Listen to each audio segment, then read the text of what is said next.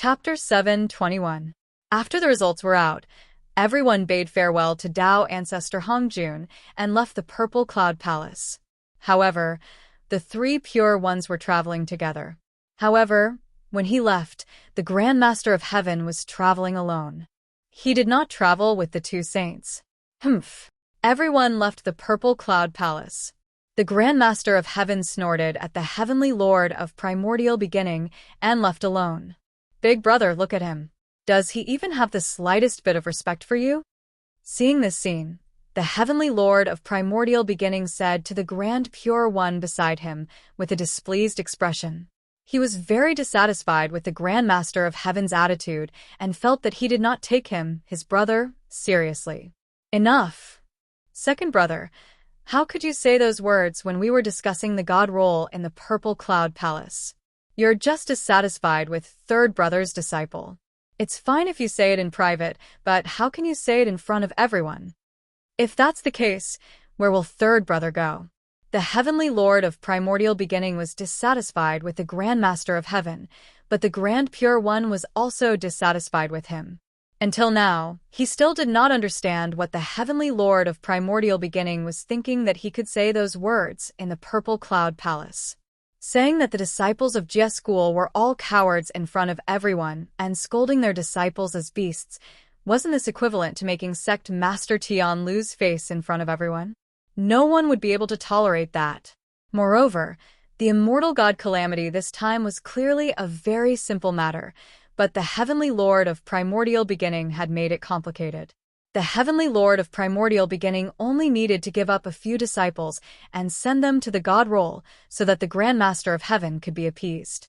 The Grand Master of Heaven would naturally make up for the remaining candidates. In that case, wouldn't the immortal god Calamity be over?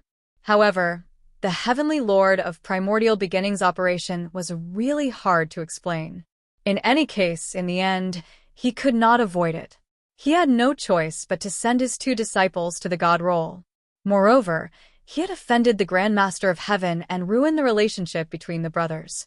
The Heavenly Lord of Primordial Beginning was the one who had failed to win. Sigh.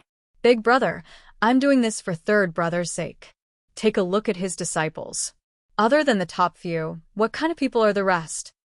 There are those who cultivate demonic arts, those who cultivate evil arts, and even those who cultivate with the blood of living beings.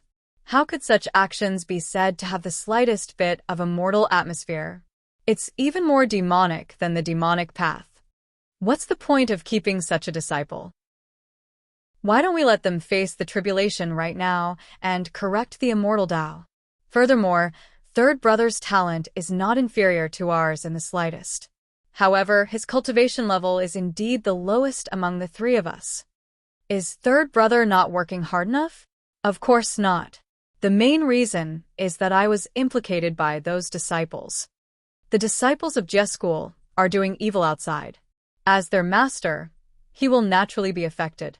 As a result, my Tao heart is covered in dust and my cultivation progress is abnormally slow. In the Purple Cloud Palace, the poor Wei wants to send the disciples of the Jia sect to the investiture of the gods. Perhaps she has some selfish motives, but most of it is definitely for the good of third brother. The Jia order has been in chaos for too long. Now is the time to set things right. Get rid of those evil disciples and return peace to the Xian sect. It's also good for third brother to focus on cultivating. After being reprimanded by the Grand Pure One, the Heavenly Lord of Primordial Beginning could not help but cry out in grievance. Just as he had said, he might have some selfish motives for sending the disciples of the Jia school to the god role. However, his fundamental goal was definitely for the good of the Grand Master of Heaven. The friendship between the three pure ones was still very stable. There were really too many disciples of the Jia school. Moreover, the Grand Master of Heaven did not have many restrictions on them. That could be seen from the rules of the Jia school. There were only 2 rules. They had to respect their teachers and not betray the sect. In other words, apart from that, the disciples of the Jia school had no taboos. In a sense, the disciples of the Jia school were more detestable than the disciples of the Chan school. After all, apart from being a little arrogant, the disciples of the Chan school could not be picked out. However, the disciples of the Jie school were different. They really dared to harm living beings. The disciples of the Jie school were indiscriminate. Basically, there were all kinds of demons and ghosts. Was it possible to say that they were all good people? Demons liked to eat humans the most. Most of the disciples of the Jie school had deep negative karma. The Grandmaster of Heaven was implicated by it. That was why he was entangled in karma, and his Tao heart was covered in dust. It was difficult for his cultivation to advance. The Grandmaster of Heaven might have sensed such a situation, but it was impossible for him to attack his disciples. No matter what the disciples of the Jie school were like outside, they still respected their teachers. How could the Grandmaster of Heaven do anything to his disciples who respected him so much? However, he could not do it, but the Heavenly Lord of Primordial Beginning could. In order to solve the hidden dangers of the Grandmaster of Heaven, the Heavenly Lord of Primordial Beginning said those words in the Purple Cloud Palace. He wanted to send all the disciples of the Jie school to the God Roll. As a matter of fact, the Heavenly Lord of Primordial Beginning did not make any mistakes in letting the disciples of the Jie school be on the God Roll. Such an outcome was because some of the disciples of the Jie school were guilty. The Heavenly Lord of Primordial Beginning's mistake was that he used the wrong method and did not care about the feelings of the Grandmaster of Heaven. He felt that he did this for the good of the Grandmaster of Heaven. However, the Grandmaster of Heaven felt that the Heavenly Lord of Primordial Beginning was slapping his face. Then, wasn't there a problem? The Heavenly Lord of Primordial Beginning thought that I was doing it for your own good.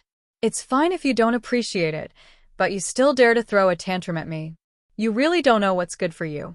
How could the Heavenly Lord of Primordial Beginning not be dissatisfied with the Grandmaster of Heaven? The Grandmaster of Heaven thought that after you slapped my face, you still want me to understand you. If I tolerate this, I won't be able to survive in the primordial world in the future. Therefore, he exploded and fell out with the Heavenly Lord of Primordial Beginning on the spot. After hearing the Heavenly Lord of Primordial Beginning's words, the Grand Pure One could not help but fall silent. If the Heavenly Lord of Primordial Beginning could think of the Grandmaster of Heaven's current situation, he could naturally think of it too. Therefore, when the Heavenly Lord of Primordial Beginning wanted the disciples of the Jie school to be on the God Roll, he chose to remain silent. Since his younger brother could not do it, he would let his older brothers do it. They would help the Grandmaster of Heaven get rid of those disciples with deep roots and return peace to the Jie school of the Celestial Sect of Wonders. However, the Grand Pure One, who had tacitly agreed to the Heavenly Lord of Primordial Beginning's plan, did not expect him to be so unreliable. At the same time, he did not expect the Grandmaster of Heaven to have such a huge reaction and fall out with the Heavenly Lord of Primordial Beginning. It was supposed to be a matter of brotherhood. However, under the Heavenly Lord of Primordial Beginning's manipulation, it had turned into a scene of brothers quarreling. The Grand Pure One was quite tired. However, he could not blame the Heavenly Lord of Primordial Beginning. After all, although the Heavenly Lord of Primordial Beginning had some selfish motives, his starting point was for the good of the Grandmaster of Heaven. No, it was because of this selfishness that the matter had developed into the current situation. At the thought of this, the Grand Pure One felt even more tired. Forget it. With Third Brother's current attitude, I don't think he will listen to the poor way. Then I'll explain to him in the future. The Grand Pure One sighed and said helplessly. Then, he turned to the Heavenly Lord of Primordial Beginning and said, "On the other hand, Second Brother, can you pay attention to the way you speak in the future? Don't be so aggressive." He wanted to say something unpleasant, but after thinking about it, he felt that it was a little harsh, so he changed his words. Yes, hearing that, the Heavenly Lord of Primordial Beginning's mouth twitched, but he did not say anything. Next, the two of them looked at each other without saying anything and returned to their respective dojos. On the other hand, after Feng Zichen returned to the boundless starry sky, he immediately began to make arrangements. First, he sent the Black Tortoise in Luo Shui into reincarnation. This immortal god calamity might be a killing calamity to others, but to this Black Tortoise, it was a huge opportunity. With his status and merit, he would definitely not die in the calamity. The heavenly Tao would not allow such a situation to happen. If he could not die in the calamity, he would undoubtedly be able to reap enough benefits. He believed that after experiencing the baptism of this killing calamity, the black tortoise would definitely undergo a shocking transformation. After sending the black tortoise into reincarnation, Feng Zichen looked at the Gaochen Heavenly Palace. There, the Gaochen Emperor was in a deep sleep, waiting for the opportunity to return. In today's world, the immortal god Calamity was about to arrive, and the human race would also encounter unprecedented changes. Wasn't this the opportunity for the Gaochen Emperor to return? With a thought, Feng Zichen left the Emperor's star and descended into the Gaochen Heavenly Palace. Dong, dong, dong. In the depths of the palace, an incomparably sacred Khanate Taoist embryo could be seen wandering in the sea of incense and willpower, still beating by itself. With every beat, heaven and earth would resonate and intertwine with countless laws of heaven and earth. Moreover, during this process, the origin of heaven and earth appeared and poured into the Khanate Taoist embryo endlessly, as if accelerating its growth. In addition, the origin of the Gaochen star, the origin of the power of incense and willpower, as well as the majestic power that belonged to the human Tao, were also absorbed by the Khanate Taoist embryo as it beat. Heaven and earth, human Tao, Gaochen star, so many powerful forces appeared at the same time just to provide power for the Khanate Taoist embryo to help it grow. In that case, the identity of the natural Taoist fetus was obvious. Feng Zichen, the heavenly emperor of supreme polarity of the West. Only he could enjoy such luxurious treatment. Heaven and earth spontaneously provided him with the origin of heaven and earth to help him revive. Even the human Tao, which had always been ethereal, gave him power to support him. It's about time, Feng Zichen could not help but say when he felt the great power contained in the Khanate Taoist embryo. Of course, the so-called about time did not mean that the Gaochen Emperor had accumulated enough power to revive him. Instead, it meant that the current power was almost enough to restore the Gaochen Emperor's intelligence. It had only been tens of thousands of years since the Gaochen Emperor's fall. Even with the help of heaven and earth and the human Tao, it was impossible for him to accumulate enough power to revive him in such a short time. If primordial chaos Daluo Jingxian could be revived so easily, they would not be so afraid of death. The more powerful an existence was, the harder it was to truly kill them. At the same time, once they fell, it was even more difficult for them to return and recover to their peak. However, this was obviously not applicable to Feng Zichen. This was because his providence was too strong. In the Eldritch world, providence was really a good thing. As long as one had enough providence, they could almost do whatever they wanted. Feng Zichen's providence, how should he describe it? Putting aside his identity, just the Gaochen Emperor's alias was enough. It could be said that he was the alias with the most karma of heaven and earth. The great Taoist priests, the post-celestial Tao ancestor, the human Tao emperor, the celestial demon Tao ancestor, the Khanate sword ancestor, the martial Tao ancestor, the Gaochen Emperor, the incense divine Tao ancestor, with so many karma of heaven and earth, one could imagine how strong the Gaochen Emperor's providence was. Even if he was not the first in the Eldritch world, he was still able to squeeze into the top 10. Even with the identity of the great Emperor Ziwei, who controlled the entire boundless starry sky, his providence might not be as strong as the Gaochen Emperor's. Why did heaven and earth love the Gaochen Emperor so much that it did not hesitate to use its origin to revive him? The reason was that he had enough identities and sufficient providence. Fellow Taoist, it's time to wake up. Standing in front of the Khanate Tao embryo, Feng Zichen said softly. Following it, a great will was awakened in the Tao fetus. In a trance, an illusory image appeared above the Khanate Tao embryo. Greetings to me. After waking up from the silence, the Gaochen Emperor opened his eyes and said to Feng Zichen, who was in front of him, Fellow Taoist, it's time for you to go. Without standing on ceremony with the Gaochen Emperor, Feng Zichen said straightforwardly. In fact, there was no need to stand on ceremony. After all, they were one. There was no need to stand on ceremony. It was strange for him to be polite to himself. It was even stranger than him speaking to himself. I already know. Don't worry. The two of them were telepathically connected. Without needing Feng Zichen to say his plan, the Gaochen Emperor naturally understood his plan. Okay. Then, fellow Daoist, go ahead. As they spoke, Feng Zichen took out a streak of imperial purple qi and sent it into the Gaochen Emperor's body. This streak of imperial purple qi was the first streak of imperial purple qi nurtured by the Emperor Star. It could be said that it had existed since the beginning of the world. It was the purest Emperor Dao origin. Its power could be said to be shockingly great. With this streak of imperial purple qi, not to mention the human emperor, he could even compete with the heavenly emperor. Back when the real spirits of the 3 sovereigns and 5 emperors were nurtured, Feng Zichen was reluctant to use this streak of imperial purple qi. Now that it was his turn, he was going to use this streak of imperial purple qi. In this life, it was his turn to compete for the position of the human emperor. That's right. The reason why Feng Zichen woke up the Gaochen Emperor was to let him reincarnate as a human and compete for the position of the human emperor. This was to prepare for the immortal god Calamity in the future. Once the immortal god Calamity was activated, it would definitely happen in the era that he ruled. In this way, Feng Zichen was confident that the immortal god Calamity would happen according to his rhythm. Since he was going to be reincarnated, Feng Zichen would definitely not treat him unfairly. Everything had to be prepared to the best.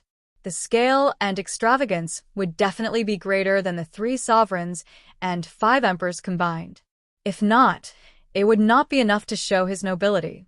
After giving the imperial purple qi to the Gaochen Emperor, Feng Zichen was still worried. After giving him the 10,000 spirit crown and the human Dao Emperor seal, he nodded his head in satisfaction.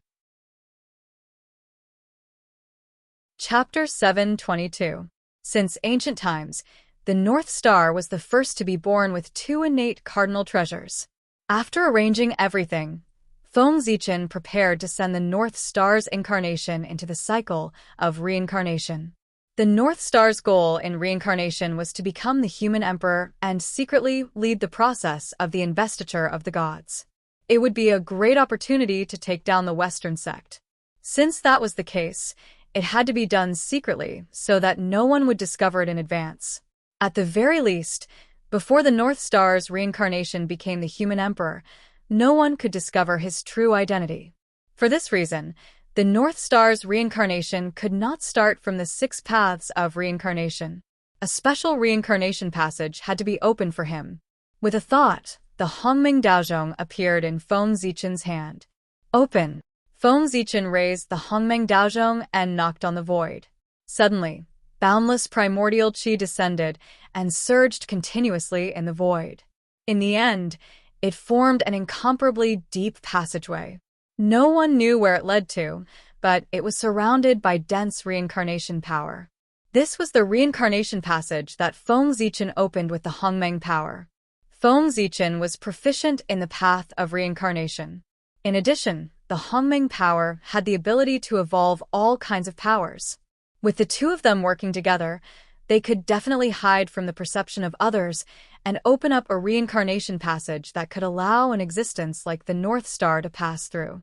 The primordial chaos Daluo Jingxian was simply too powerful. Every move of his was like the might of the heavens. If such an existence reincarnated, the commotion it caused would definitely alarm the entire Eldritch world. Even if he wanted to hide it, it would be extremely difficult.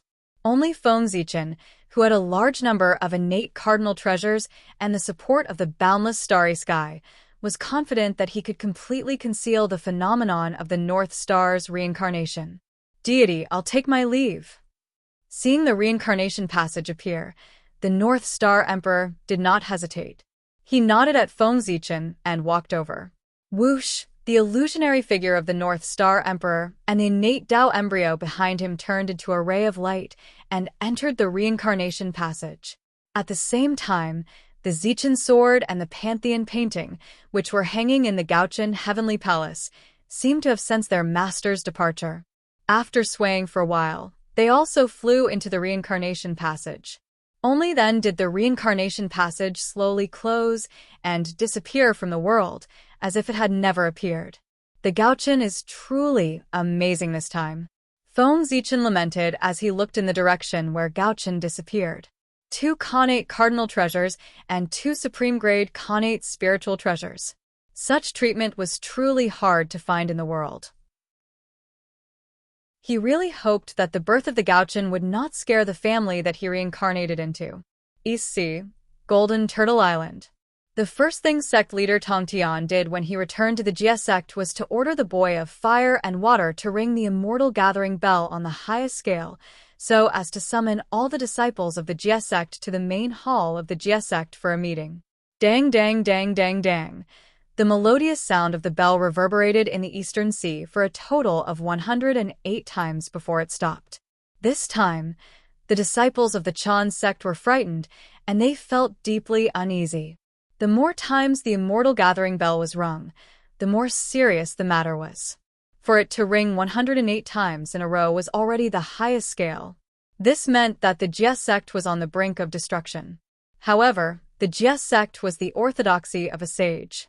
In this world, who had the power to destroy a sage's orthodoxy? With deep worries, the disciples of the Jie sect put down what they were doing and rushed to the main hall of the Jie sect on Golden Turtle Island with a solemn expression. With the immortal god Calamity, the Jie sect had become the target of public criticism due to the large number of disciples. They were about to be targeted by everyone. In the face of everyone's unfriendly gazes, would the Jie sect not have the power to destroy them? With the calamity right before them, sect leader Tong Tian summoned his disciples. Other than warning them, he also planned to give them some treasures to increase their chances of surviving the calamity. The immortal gathering bell has rung 108 times in a row. It seems like something big has happened to the Jie sect. Opening his eyes, Xianqing could not help but say. The ringing of the immortal gathering bell was so loud that it woke him up from his seclusion. That's right, Xianqing was in seclusion. To be precise, he had been in seclusion ever since he stepped down from the position of the Heavenly Emperor. After careful calculation, it should have been millions of years.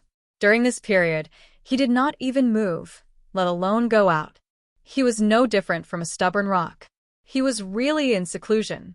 That was the reason why Jie school gradually became chaotic. One had to know that Xianqing was the celestial lord of the Xian sect who was personally conferred by Dao ancestor Hongjun. He had the power to punish the Xian sect.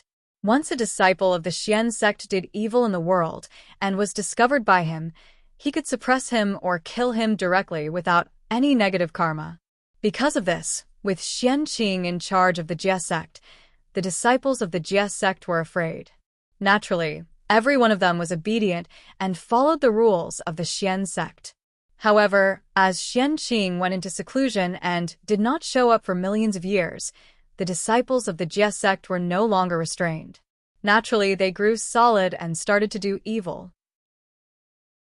It could only be said that these disciples of the Jie sect should go to the investiture of the gods.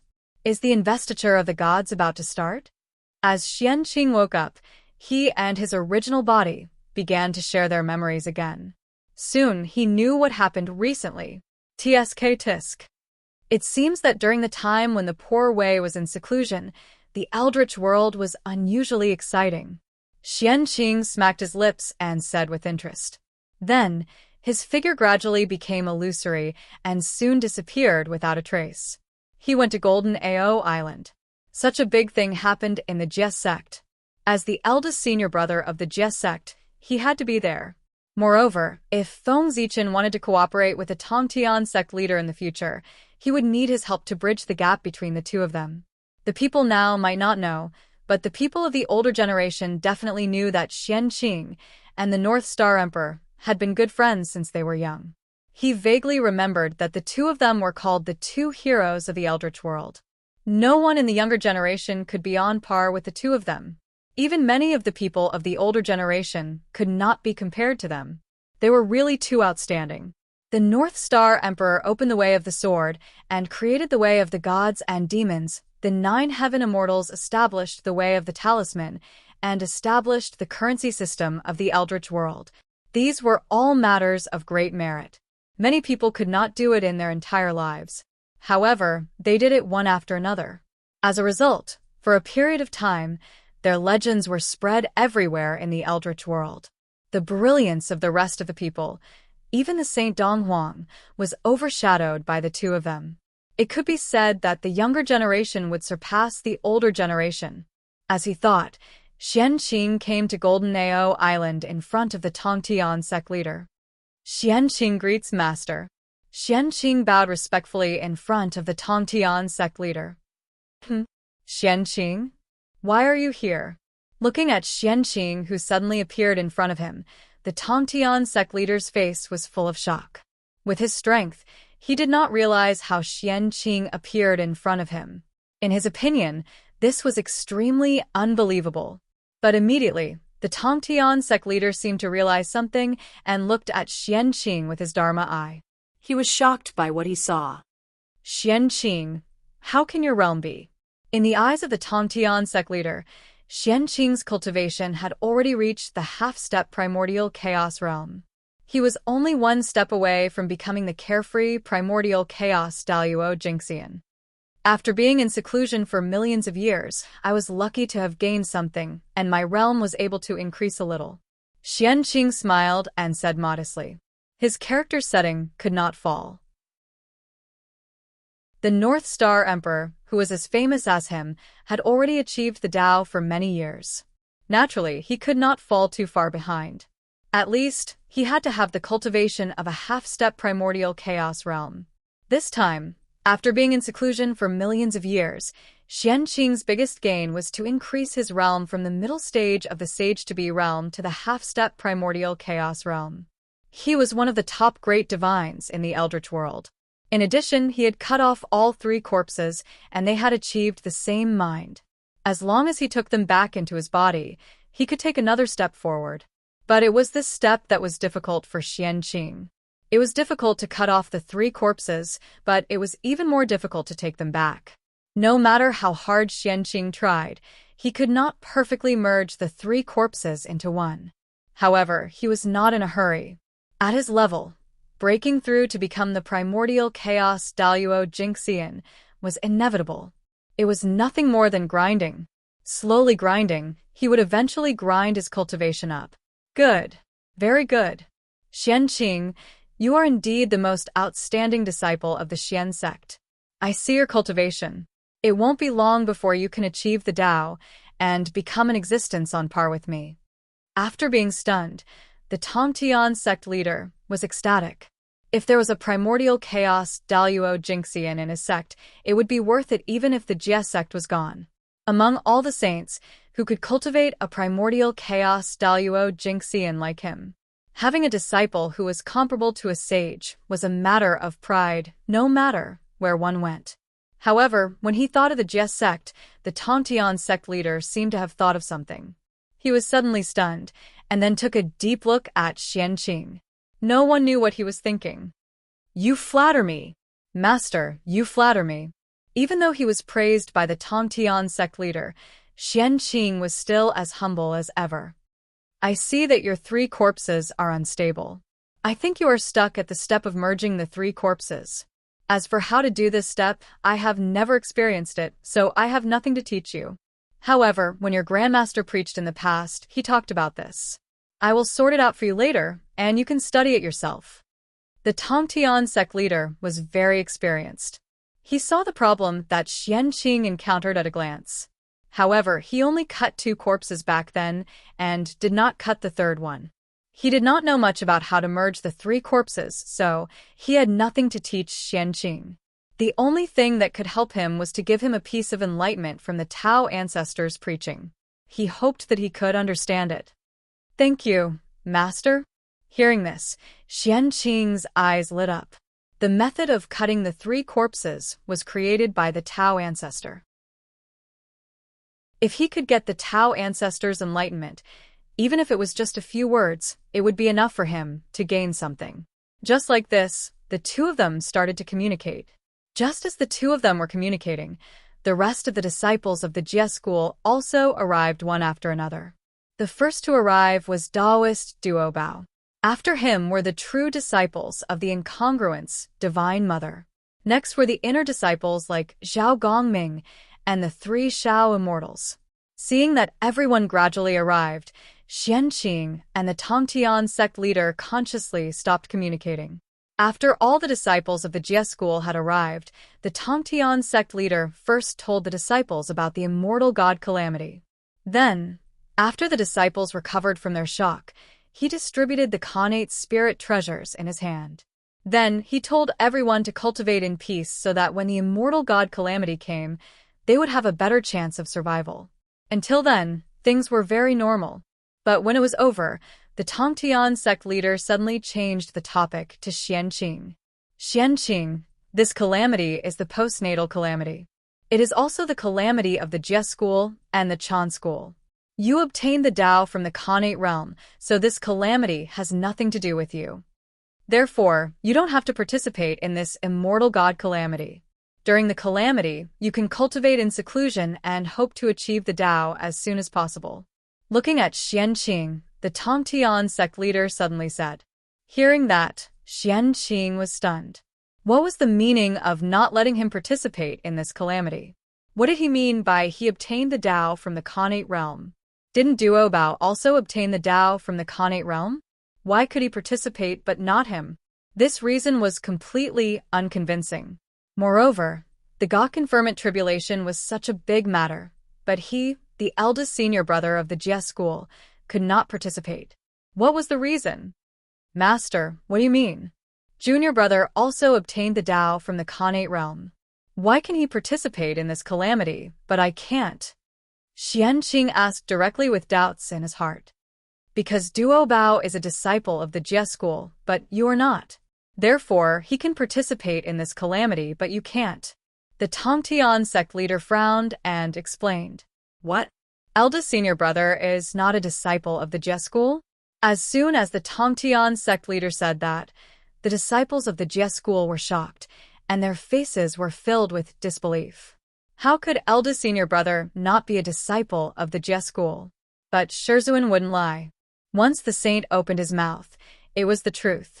If he said that Xianqing was not a disciple of the Jie school, then he was not a disciple of the Jie school. But how is that possible? Could it be, for a moment, the disciples of the Jie school could not help but have a bold guess in their hearts? Could it be that eldest senior brother had angered master and was expelled by him? Indeed, if someone who did not know heard the Tongtian sect leader's words, they would have the same thoughts as the disciples of the Jie school. However, as the person involved, Xianqing suddenly realized something after the Tongtian sect leader finished speaking. He was indeed not a disciple of the Jie school, nor was he the eldest senior brother of the Jie school. From the beginning, the eldest senior brother of the Jie school had always been Duo Bao, not Xianqing. Everyone called him eldest senior brother because he was the first disciple of the three pure ones, the eldest disciple of the Xian sect.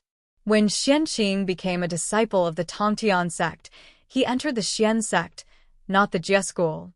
Because at that time, the Tongtian sect leader had not become a saint yet, so how could there be a Jie school? After that, the Tongtian sect leader established the Jie school and became a saint.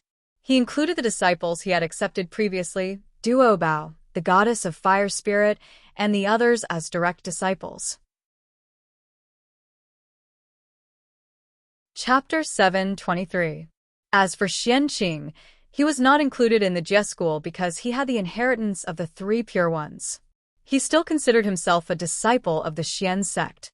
Xianqing was the disciple of the Grand Master of Heaven, but he was actually a common disciple of the three pure ones. They had taught him together. Such an awkward identity was indeed not suitable to be included in the Jie school. Back then, the Grand Master of Heaven had considered this point. That was why he did not pull Xianqing in when he established the Jie school. Since he was not a disciple of the Jie school, Xianqing had no reason to interfere in the battle between the Jie school and the Chan school. The disciples of the Jie school were Xianqing's junior brothers, but the disciples of the Chan school were also his junior brothers. Master this. After coming back to his senses, Xianqing still looked at the Grand Master of Heaven in confusion. Although it made sense to reject him because he was not a disciple of the Jie school, it was still a little far-fetched. Xianqing could not be a disciple of the Jie school, but he was definitely a disciple of the Grandmaster of Heaven. Even if he could not fight for the Jie school, he could fight on behalf of his master. Moreover, with Xianqing's strength, if he interfered in the immortal god-killing tribulation, the Jie school would definitely win. Unless the saint interfered, Xianqing could kill the three sects alone. Since that was the case, the Grandmaster of Heaven still did not let him interfere in this killing tribulation. Obviously, he had some difficulties. Thinking of this, Xianqing looked up at the Grandmaster of Heaven. What he saw was the Grandmaster of Heaven's eager gaze. In a trance, Xianqing seemed to understand why the Grandmaster of Heaven did not let him participate in the battle. The Grandmaster of Heaven wanted to use this opportunity to completely draw the line between him and the Jie school so that he could be free of worries and devote himself to cultivation, so that he could achieve the Tao as soon as possible and cultivate the primordial chaos Tao fruit. How could the Grandmaster of Heaven not know the benefits of letting Xianqing and the Jie school participate in the battle? Of course, he knew. However, he also knew that Xianqing was not suitable to be involved with the Jie school at this moment. The Grandmaster of Heaven knew what the Jie school was like now. Even he was implicated, causing the progress of his cultivation to be abnormally slow. If Xianqing was involved in the Jie school, he would probably not have the chance to break through to the primordial chaos Daluo Jingxian. In order to break through the primordial chaos Daluo Jingxian, one had to first transcend the primordial chaos. If Xianqing was tainted with karma because of the Jie school, how could he break through? Seeing that a primordial chaos Daluo Jingxian was about to be born in his sect, how could sect leader Tongtian delay his best disciple for the sake of the broken ship of the Jie sect? If Jie school was gone, it could be rebuilt. On the contrary, if Xianqing was gone, it would be difficult to cultivate another disciple like him. Furthermore, if Xianqing could successfully break through to become the primordial chaos Daluo Jingxian, then Jie school would be gone. It would not be a big deal. He, the Grandmaster of Heaven, could still hold his head high in front of his fellow Taoists with the help of Xianqing. After all, he had cultivated a primordial chaos Daluo Jingxian. Alas. Yes, Master. Xianqing obeys. Seeing sect leader Tongtian like this, Xianqing knew that he was determined not to let him participate in this great calamity. Therefore, Xianqing did not force him and directly accepted the order. Sect leader Tongtian's idea was quite good, but once the killing calamity started, even the saints could not help themselves, let alone Xianqing. His involvement with the three pure ones was so deep that he could not avoid this immortal god-killing calamity no matter what. He had to enter the calamity and even die. This immortal god-killing calamity might be the opportunity for Xianqing to cut off the karma between him and the three pure ones. If he entered the calamity and died, his body would turn into ashes. He came and left cleanly. In this way, when Xianqing returned, it would be the time for him to become the primordial chaos Daluo Jingxian. However, before Xianqing died, he still had to repay his master's kindness. Sect leader Tongtian was worthy of his master's name. Xianqing naturally had to repay his master's kindness. Then, he would do his best to preserve a trace of inheritance for the Jie school. Not to mention other things, he could ignore the outer and inner disciples, but those personal disciples must be protected. In this way, Xianqing could die without any worries. Okay, go back and cultivate in seclusion first. I will handle the matters of the Jie school. You don't have to share the burden. Seeing that Xianqing understood his painstaking efforts, sect leader Tongtian nodded with satisfaction. After that, sect leader Tongtian dismissed many disciples and asked them to rush back to their cave residences and focus on refining magic treasures to wait for the immortal god-killing calamity. The immortal god-killing calamity was about to arrive, and the boundless killing aura began to gradually spread between heaven and earth. When it completely covered the untainted land, it meant that the immortal god-killing calamity had taken shape, and it was time to erupt. At that time, The immortal god-killing calamity would completely erupt and sweep across the whole untainted land, affecting all the living beings who practiced the acquired path. It should be known that in the immortal god-killing calamity, not only the disciples of the three religious sects had to go through the calamity, but also countless living beings who practiced the acquired path. However, compared to the disciples of the three religious sects, their treatment was much worse.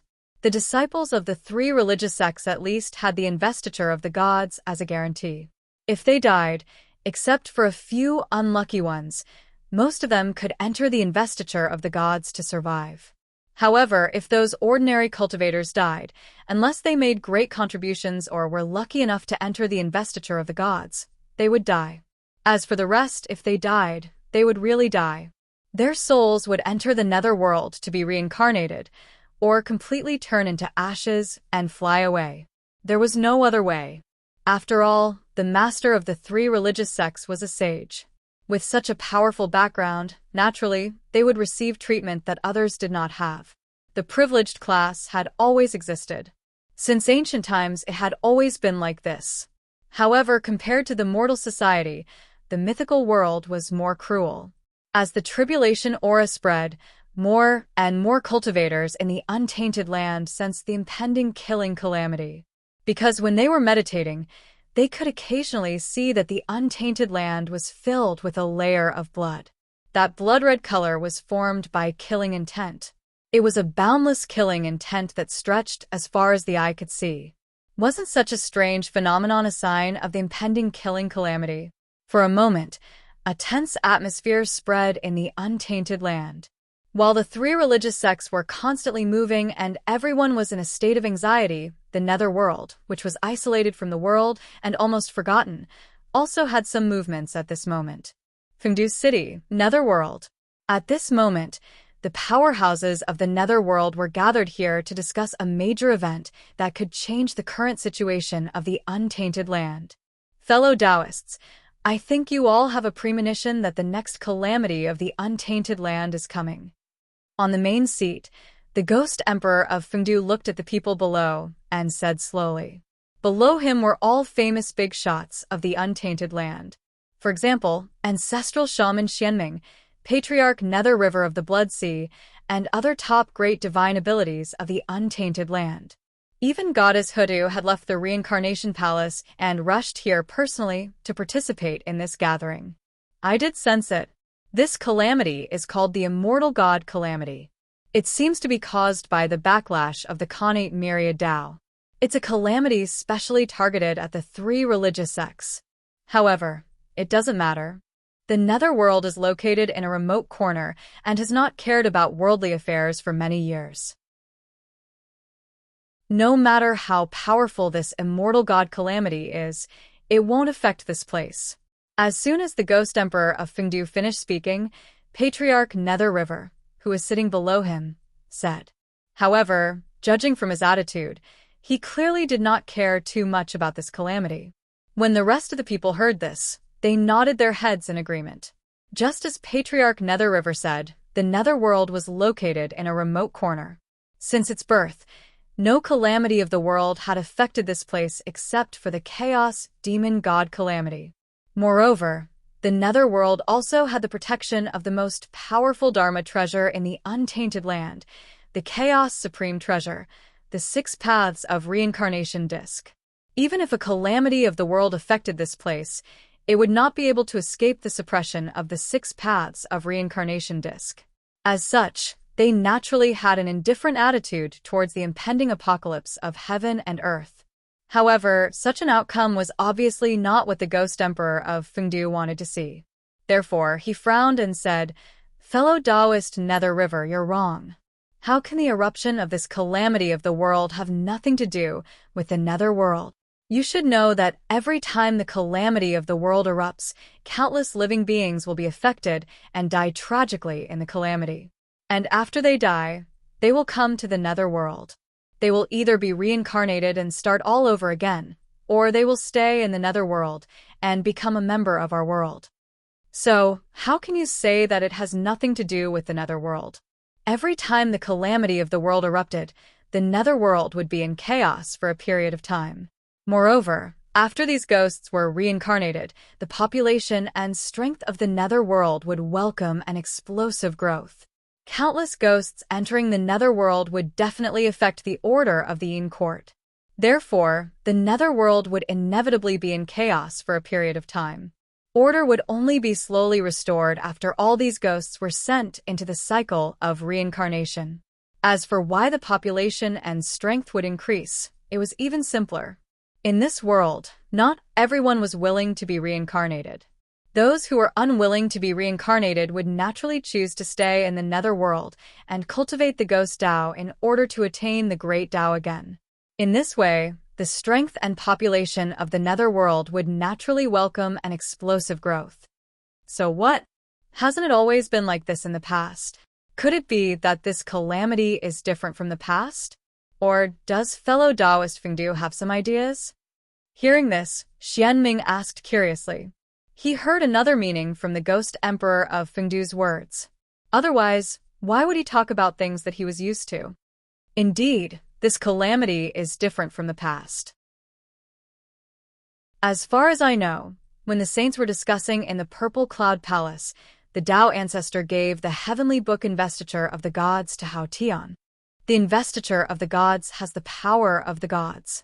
As long as one writes their name on it, when they die, they can be resurrected on the list and obtain the power of immortality and indestructibility. Of course, those who are on the list are not without a price. From then on, they will lose their freedom and will be controlled by the list master. The Tao ancestor used this method to select war generals for the heavenly court to expand the strength of the heavenly court.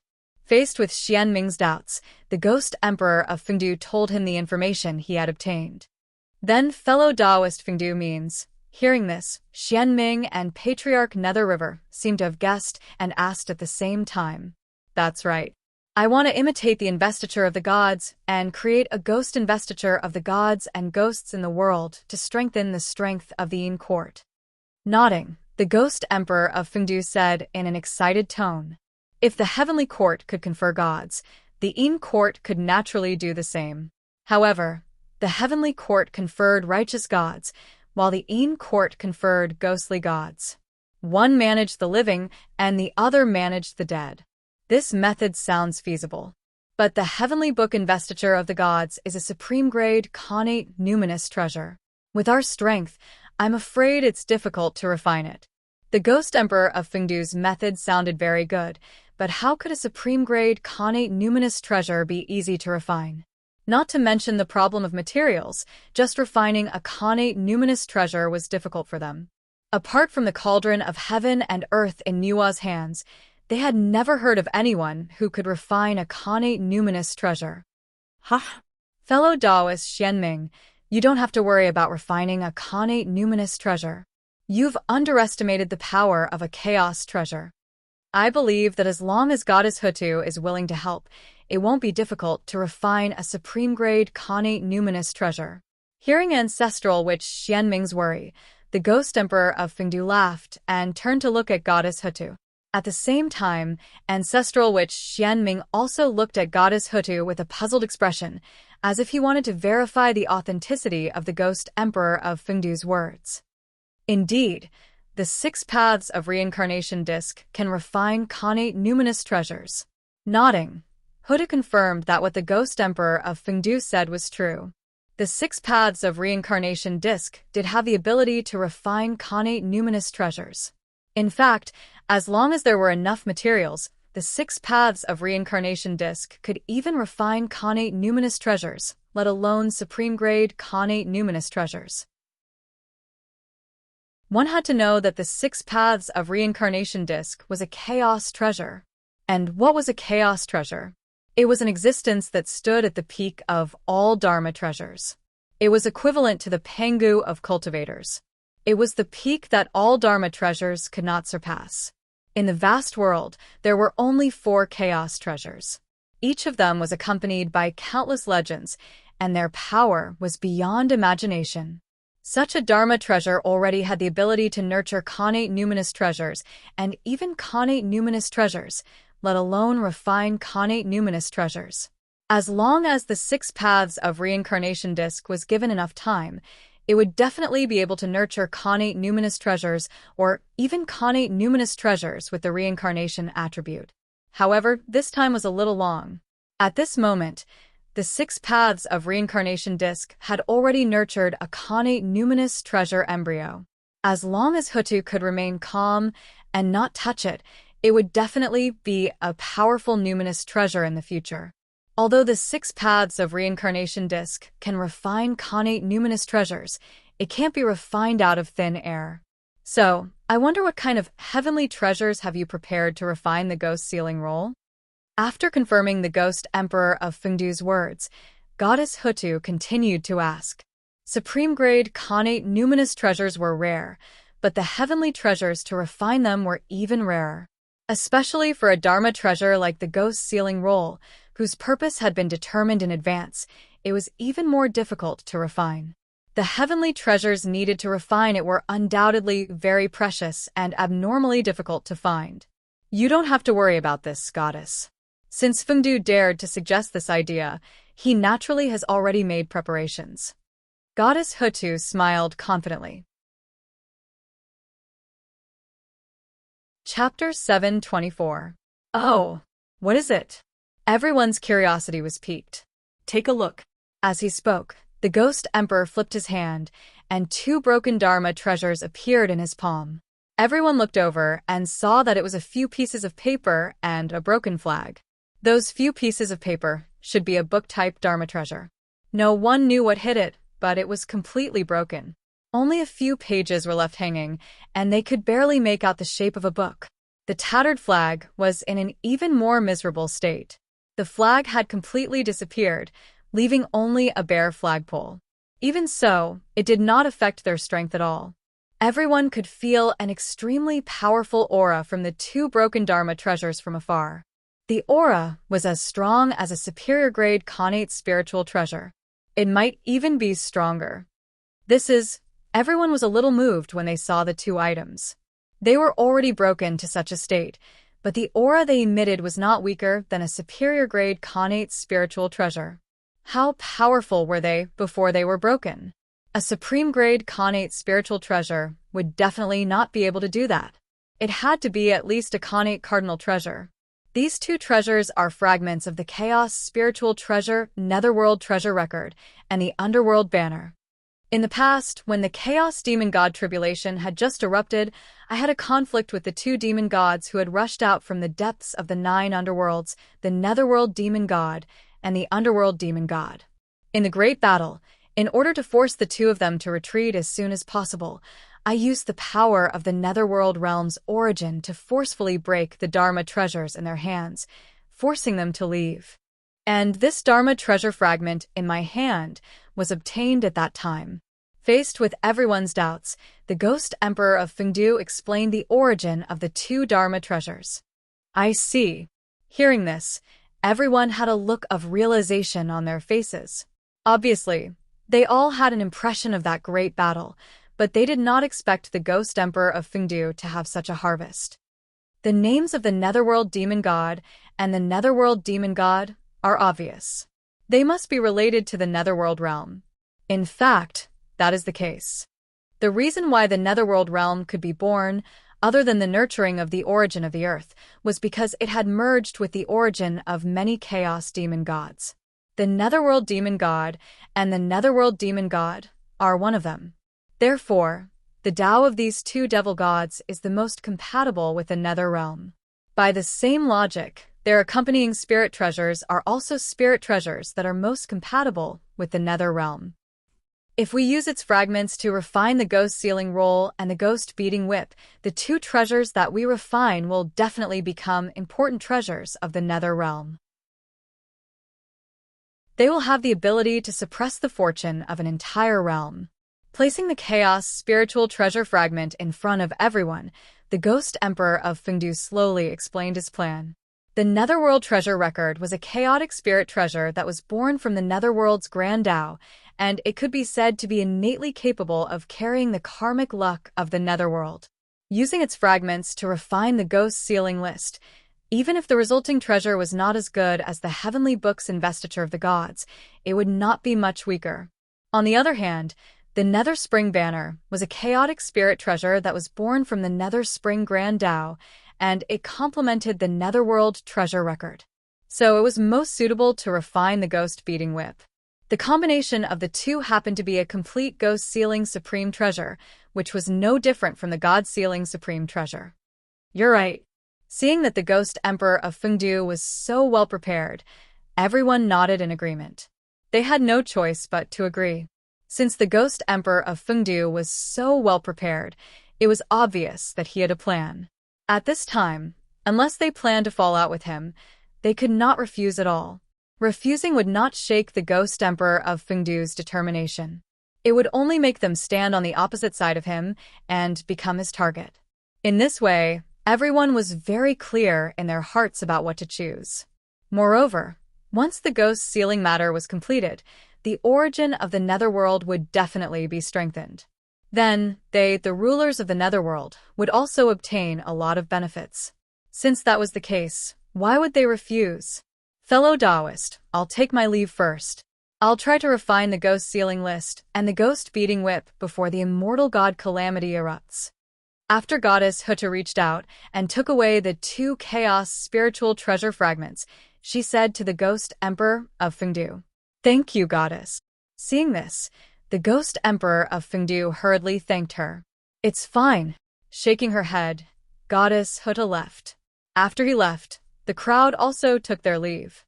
The great era is about to arrive. Looking at the backs of everyone, the Ghost Emperor of Fengdu said faintly.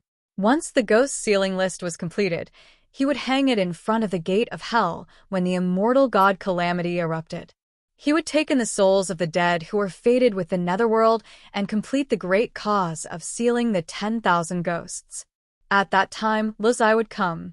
The God Sealing list was hanging on the southern heavenly gate of the Heaven Realm, and the Ghost Sealing list was hanging on the gate of hell of the Netherworld.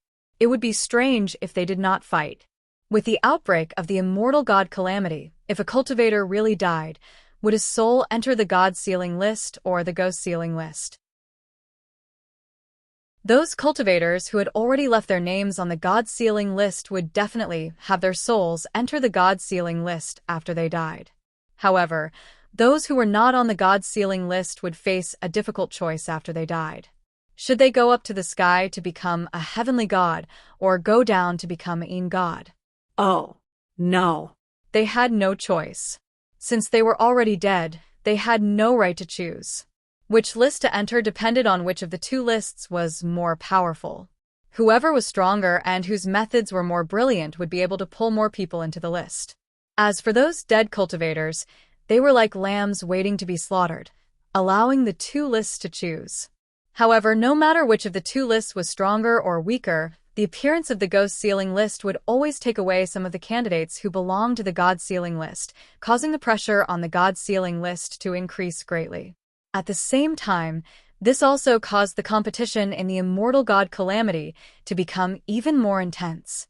In the past, 365 people could fill the God Sealing list. However, with the appearance of the Ghost Sealing list, this number would at least double. This undoubtedly caused the 3 sects, who were already under a lot of pressure, to feel even more pressure. In other words, the 3 sects could not afford this loss at all. 365 people. By sacrificing the Jie school, the 3 sects could barely gather enough people for him. However, if this number doubled, although the 3 sects could gather enough people, the price they would have to pay would be too great. It would even shake the foundation of the entire immortal Tao. Not everyone was qualified to be listed on the investiture of the gods. Those with deep negative karma, even if they were from the 3 sects, would not be able to enter the God Sealing list. If they died, they would really die. Only those with good fortune were qualified to be on the list.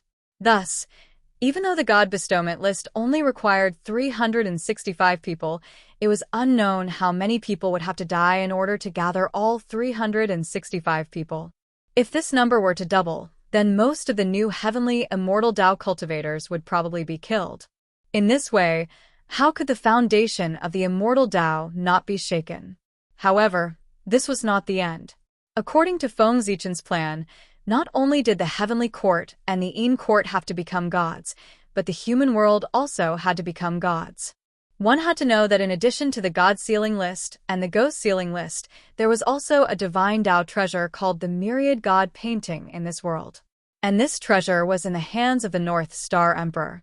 Now, he carried this treasure and reincarnated into the human world, wanting to unveil the prelude of the human world's god sealing list. Now, there was the god sealing list in the heavenly realm, the ghost sealing list in the nether realm, and the myriad god painting in the human world. When the immortal god calamity broke out, the three realms of heaven, earth, and man would unveil the god sealing list together. That scene would definitely be spectacular. The entire untainted land would be shaken because of it, and the saints would go crazy because of it. The ghost sealing roll was already enough for them. If they were to add the god sealing roll to it, it would not only shake their foundation, but also destroy their foundation. In order to protect the immortal Tao, the three pure ones would definitely expand the scale of the immortal god calamity without leaving any leeway, so that more forces would be involved in this calamity and reduce the pressure on the three sections. This was the only way. The three realms would unveil the god sealing list together, so the disciples of the three sects would definitely not be enough.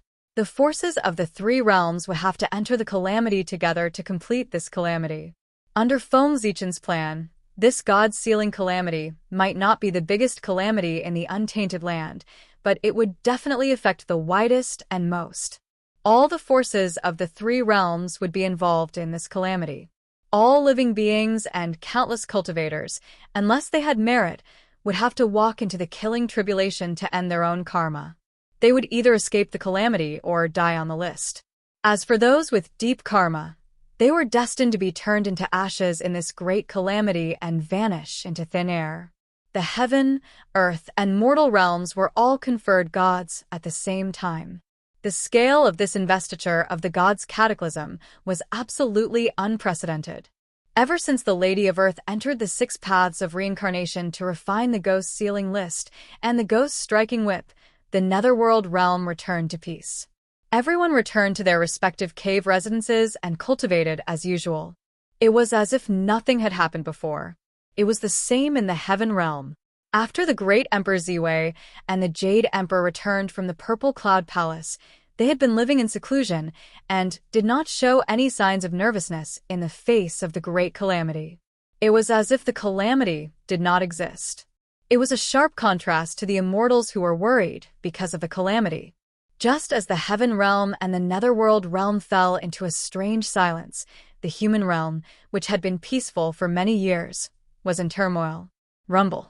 On this day, the destiny of the human race, which had not changed for a long time, suddenly became restless. It manifested the image of a 5-colored torch flame and stirred up the entire river of destiny. Affected by this, the destiny of the Shang dynasty also became turbulent. In the sky above Shangdu, a huge Xian bird suddenly appeared and circled above the royal city, crying out continuously. Such a change naturally alarmed the human king in the Shang dynasty's royal palace. At that time, the human king, Di Jia, walked out of the palace with a solemn expression and looked in the direction of the Xian bird above his head. How could this be? Why would the Xian bird appear for no reason? In recent years, nothing major has happened in the Shang dynasty. Looking at the Xian bird that suddenly appeared, Di Jia's eyes were filled with doubt. There was a saying that the Xian bird of destiny descended and gave birth to Shang. The Xian bird was the totem of the Shang dynasty. At the same time, it was the manifestation of its destiny in the human realm. Since it was formed by destiny, it naturally would not appear unless something major happened. Every time the Xian bird appeared, it meant that something major had happened. However, no matter how Di Jia thought about it, he could not think of anything major that had happened in the Shang dynasty recently. While he was puzzled, Di Jia secretly used a secret technique and communicated with the Xian bird. Xian bird, did something major happen? A dignified voice came from Di Jia's mouth and resounded in the Xian bird's heart. However, something that shocked Di Jia happened. Although he had communicated with the Xian bird did not give an answer to his question. Instead, through the connection, it transmitted an extremely fearful emotion. It was as if some great existence was about to descend, causing the Xian bird to feel fear from the bottom of its heart and want to submit. At that moment, Dija only felt that it was extremely ridiculous. The Xian bird was formed by the destiny of the Shang dynasty. Its strength was comparable to that of a great perfection quasi-saint expert. Even if a saint personally came, at most, it would be fearful and not submit. The Xian bird's behavior was like something out of a fairy tale. However, while he felt that it was ridiculous, Dija could not help but feel curious. Just what kind of existence could make the Xian bird submit? That was something that even a saint could not do. Dijia's doubts didn't last long. Soon, the answer he wanted appeared before him. Rumble. In the sky above the royal capital, endless five-colored flames suddenly appeared, burning through the entire void. Then, he saw the faint silhouette of a vast river behind the void. That was the River of Destiny, the most mysterious place in the untainted land. After the River of Destiny appeared, the five-colored brilliance became even more resplendent. Like the sun, it hung above the royal capital. At that moment, the Xian bird formed by the destiny of the Shang dynasty had already folded its wings. Like a mortal, it knelt in the void and bowed in worship in the direction of the five-colored brilliance, as if it was welcoming the arrival of some supreme existence. Seeing the scene, the human king Dija finally felt fear. Just as he was about to move, he saw an unfathomable majesty suddenly spread out. In an instant, that terrifying majesty pressed down on Dija and forced him to kneel on the ground. Even someone as strong as the human king could not summon any strength to resist in front of this majesty. He could only submit, and that was the only way. Rumble. As if the sky was collapsing, the space shattered in an instant. A ball of resplendent Xianhua accompanied by five-colored light appeared before Dijia's eyes. This is Xianhua? Slightly stunned, Dija recognized the origin of the Xianhua before him. It was the manifestation of the destiny of the human race. No wonder the Xian bird submitted. Compared to Xianhua, it was not worth mentioning. The Xian bird was formed by the destiny of the Shang dynasty. However, Xianhua represented the destiny of the entire human race. The difference between them was clear at a glance. The Xian bird itself was just a part of Xianhua. Ever since Xia Qi changed the world to a family world, the destiny of the human kings was no longer represented by Xianhua. Instead, it was represented by their respective totems. Chapter 725. That was because neither Xia nor Shang could represent the entire human race. Therefore, Xianhua left them. And in this world, the only ones who could use Xianhua as a symbol were the legendary 3 sovereigns, 5 emperors, and king of Great Yu. Could it be that they had descended? Looking at Xianhua in front of him, Dija could not help but have a bold guess. Unfortunately, he guessed wrong, and it was a big mistake. That was not Xianhua formed by the destiny of the human race, but the manifestation of Feng Zichen's destiny. With Dijia's shallow knowledge, he did not know that other than the 3 sovereigns, 5 emperors, there was another person who could use Xianhua as a symbol. That was Feng Zi, the human race's Saint Emperor Feng Zichen. He was really too ancient, so ancient that the world had almost forgotten him. Feng Zichen attained the Tao in the primordial era, and he had already become the human emperor before the 3 sovereigns, 5 emperors. He was the first human emperor of the human race, and at the same time, the greatest human emperor. He had single-handedly created the glory of the primordial human race. Feng Zichen's greatness not only allowed him to use Xianhua as a symbol, but even his own destiny was also manifested in the image of Xianhua. In other words, the reason why the destiny of the human race was in the image of Xianhua was because he had once imprinted the image of his own destiny on the destiny of the human race. The destiny of the human race was the manifestation of his destiny. As such, the two were naturally identical. When Di Jia saw Xianhua, his first reaction was that the destiny of the human race had manifested. In fact, that was not the case. It was the result of Feng Zichen's destiny manifesting. The two were exactly the same, so he naturally could not tell them apart. Of course, this was also related to Di Jia being too weak. As long as he could pull himself together and look directly at the ball of Xianhua that Feng Zichen had transformed into, he would be able to tell the difference between him and the human race's Xianhua. As a sovereign personage, Di Jia was not qualified at all. It had to be said that compared to the world of the public, it was indeed easier to produce mediocre people. Take Di Jia, for example. If it was during the era of the public, he would never be able to become the human king. It was only during the era of the family that he was able to steal the position of the human king by relying on his status as a member of the royal family. The decline of the human race with each generation might not necessarily be due to the incompetence of the human king. If the human kings were more outstanding with each generation, then why would the human race worry about not being able to prosper? However, it didn't matter. This was because Feng Zichen had been reincarnated. As long as he could become the emperor, whether it was the family world or the public world, everything would become history. From now on, the human race would only have one emperor, and that was Feng Zichen. Rumble. Feng Zichen ignored Di Jia's question and focused on controlling Xianhua. Di Jia wasn't displeased at all. Although he was the human king, in front of those mighty existences who could control the destiny of the human race, his position as the human king was nothing. He could be stripped of his position at any time. In fact, even if his ancestor, Cheng Tang, was here, he would not dare to be disrespectful to such a character, let alone him, Di Jia. Just wait patiently. As time passed, the ball of Xianhua continued to emit light and gradually enveloped the entire Shang dynasty's capital. Then a shocking change happened. The Xian bird formed by the destiny of the great Shang dynasty began to slowly evaporate under the illumination of the Xianhua, turning into wisps of light that merged into the Xianhua. No! Your Majesty, please stop. Seeing this, Di Jia finally panicked. He couldn't care less about the other party's identity and hurriedly stopped him. The Xian bird could be said to be the foundation of the great Shang dynasty.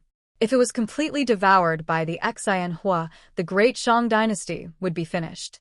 For a faction without the slightest bit of destiny, Di Jia couldn't think of a second possibility other than gradually heading toward destruction. He was the king of the great Shang dynasty. He could be incompetent and absurd, but he would never watch his country be destroyed in front of him.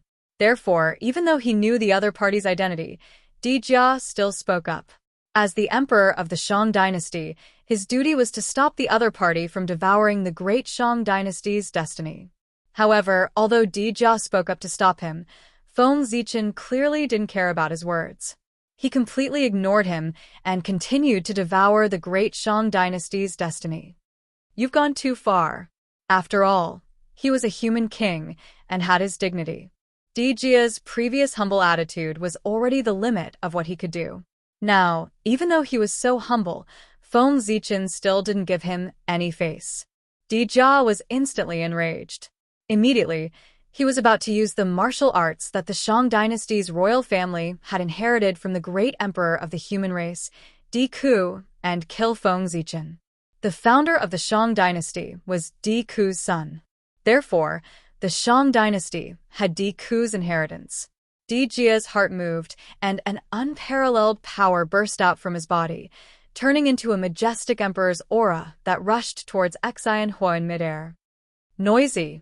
Seeing the emperor's aura coming towards him, Feng Zichen snorted in displeasure. Immediately, an even stronger emperor's aura swept out, easily shattering the incoming emperor's aura and suppressing the emperor's aura. Ah! Di Jia was naturally extremely unwilling to be suppressed by someone so casually. He forcefully raised his spiritual energy, wanting to use a secret art to increase his strength at all costs to break free from Feng Zichen's suppression. However, just as Di Jia was about to make his move, he suddenly realized that something was wrong. Things seemed to be different from what he had imagined. In his senses, after the mystic bird was devoured by Xianhua, not only did the Great Shang dynasty's destiny not decrease, but it also became stronger. This wasn't right. That person wasn't devouring the Great Shang dynasty's destiny. On the contrary, he was pouring the human race's destiny into the Great Shang dynasty's destiny to strengthen it. Oh no! After realizing this, Dijia didn't feel happy at all. Instead, he became even more terrified. He was scared. He was really scared. If the Great Shang dynasty's destiny weakened, the Great Shang dynasty would be in danger of being destroyed. Therefore, Dijia was terrified. However, if the Great Shang dynasty's destiny continued to increase, his life would be in danger. For this, he was even more terrified. The more foolish a person was, the more afraid they were of death. Dijia still cared about his life very much. Therefore, he shouted desperately, "Your Majesty, please stop. You can't increase it anymore. If you're at home, I'll die." The stronger the Great Shang dynasty's destiny, the stronger the human Dao dragon Qi would be. Similarly, the backlash from the human Dao dragon Qi would also be stronger. Normally speaking, if a country's destiny suddenly increased, it must be because the monarch had done something beneficial to the world. In this way, the monarch would receive merits, the wishes of the people, and the support of the Ziwei star. Thus, he wouldn't have to worry about the backlash from the human Dao dragon Qi. However, the increase in the Great Shang dynasty's destiny was because Feng Zichen had merged his own destiny into the Great Shang dynasty. It had nothing to do with Dijia. Thus, an extremely frightening thing happened to Dijia. In his body, the backlash from the human Dao dragon Qi grew stronger and stronger, but the Ziwei star's power didn't move at all. In this way, the balance between the two was immediately broken. The backlash from the human Dao dragon Qi directly broke through the seal of the Ziwei star's power and pounced on Dijia's origin, wanting to devour it. Whoosh, whoosh, whoosh, in just a few breaths' time, half of Dijia's origin was devoured by the backlash from the human Dao dragon Qi. The loss of source energy was reflected on his body. The outer appearance of the emperor armor was visibly aging. In the blink of an eye, Dijia went from youth to middle age. Moreover, he was moving towards old age at a very fast speed. His hair had turned white, and wrinkles had appeared on his face. A rotten aura spread from Dijia's body, indicating that he didn't have long to live. He was about to die. At the crucial moment, it was Feng Zichen who noticed Dijia's situation and saved his life. He's about to die? What a piece of trash. Although he was displeased, Feng Zichen still acted. He used a strand of Ziwei star Qi to protect Dijia's origin, preventing him from dying from the backlash from the human Dao dragon Qi. Although Dijia was crippled, he was related to Feng Zichen's future plans. He couldn't die. After an unknown period of time, the Xian bird of fortune was finally devoured by Xianhua. Then, Xianhua suddenly twisted and turned into the appearance of a Xian bird. It looked exactly like the Xian bird from before. It was impossible to tell the real one from the fake. Even Dijia, who was very familiar with the Xian bird, could tell the difference just by looking at the appearance. It was a Xian bird to begin with, so what was the difference? However, although the Xian bird was still the same Xian bird, Dijia clearly knew that its core had undergone a tremendous change. The power contained in this Xian bird was much stronger than the Xian bird condensed from the Great Shang's national fate. It was as vast and unfathomable as the starry sky. One couldn't see the end. It was too strong. Facing this Xian bird made Dijia feel like he was facing the Great Dao. Facing the Great Dao. Thinking of this, Dijia's heart skipped a beat. He seemed to know who this existence in front of him was. It was an existence he didn't dare to imagine at all. The Great Dao was the primordial Daluo Jingxian. Since the birth of the human race, only one person had reached that level. He cultivated to the level of the primordial Daluo Jingxian and became the Great Dao. That person was the oldest emperor of the human race. He later became one of the supreme rulers of the Eldritch world, Emperor Goken Upper Palace Heavenly Emperor. However, in Dijia's memories, Didn't this emperor fall long ago? Why would he appear here? For a moment, Dijia was dumbfounded. A legendary figure who had fallen long ago suddenly appeared in front of him. This brought great shock to his young heart. Feng Zichen's existence was even older than the 3 sovereigns and 5 emperors. In the hearts of Dijia's generation, he was a myth, a legend.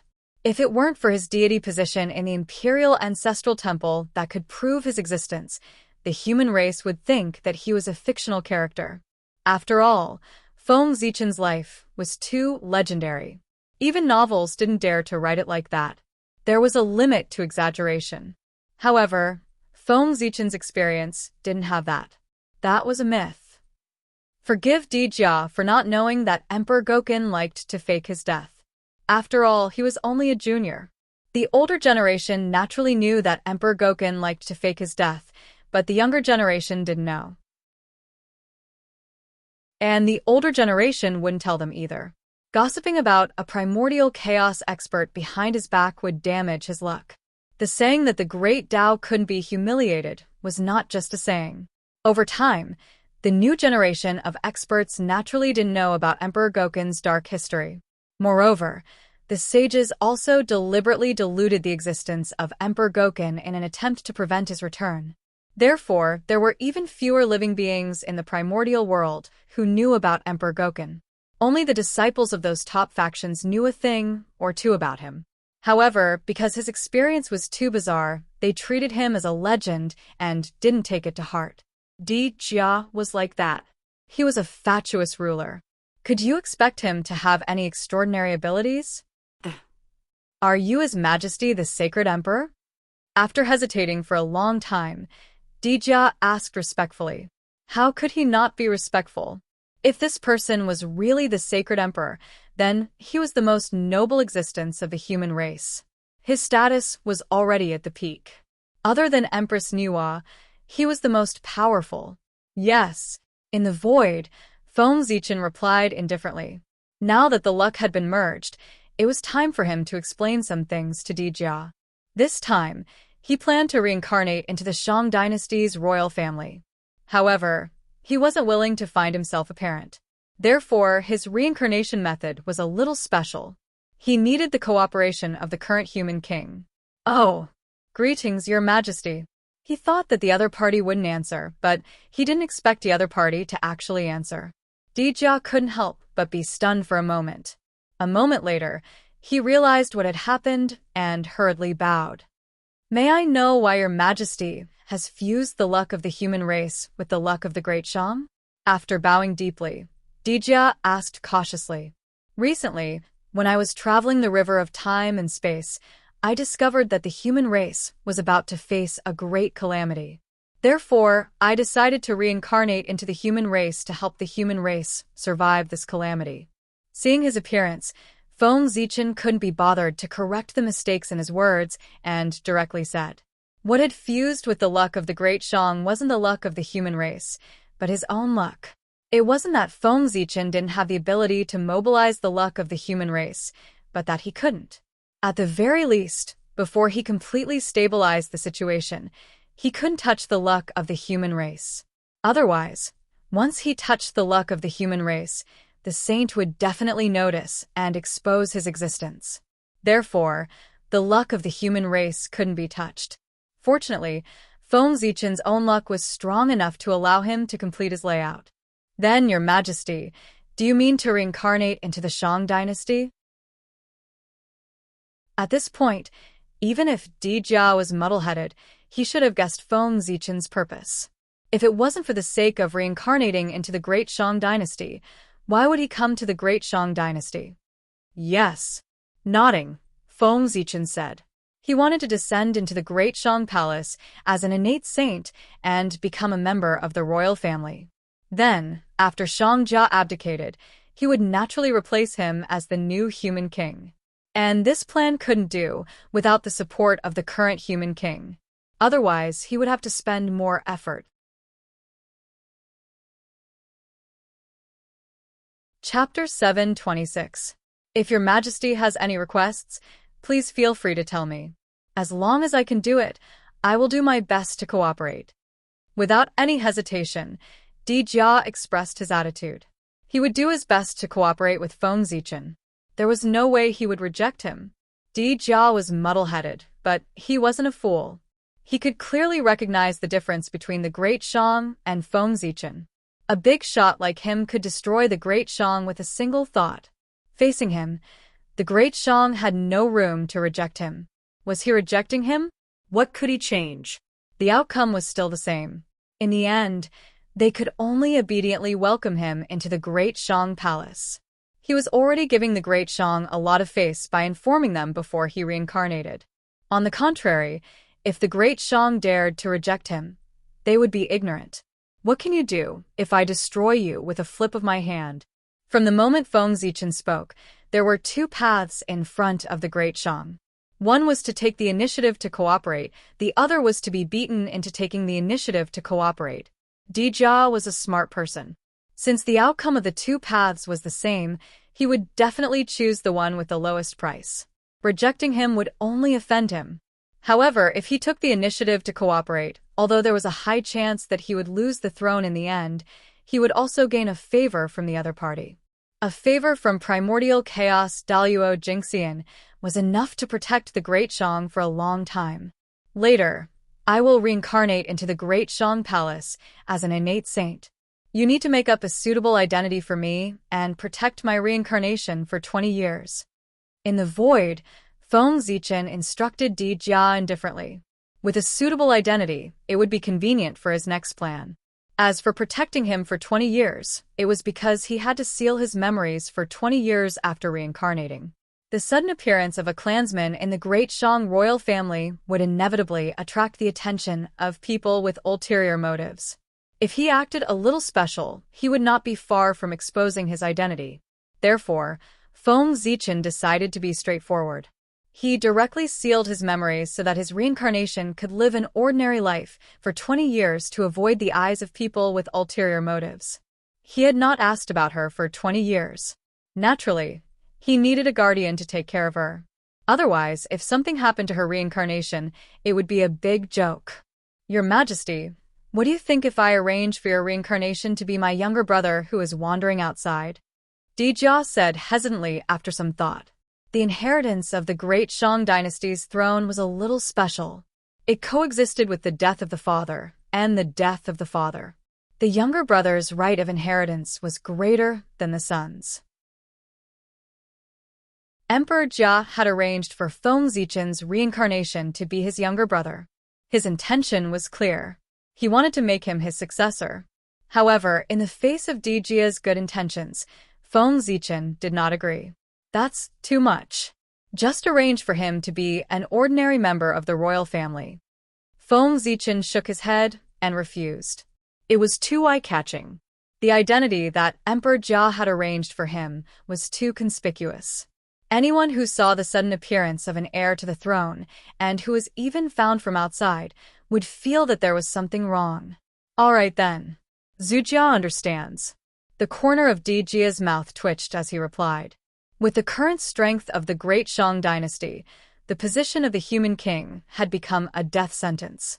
Apart from the person in front of him, no one else could escape the fate of being devoured by the dragon energy of the human Tao. Therefore, for the sake of the lives of the other members of the royal family, Dijia could not wait to give up the throne. Although the throne was good, the Zi family no longer had the fortune to enjoy it.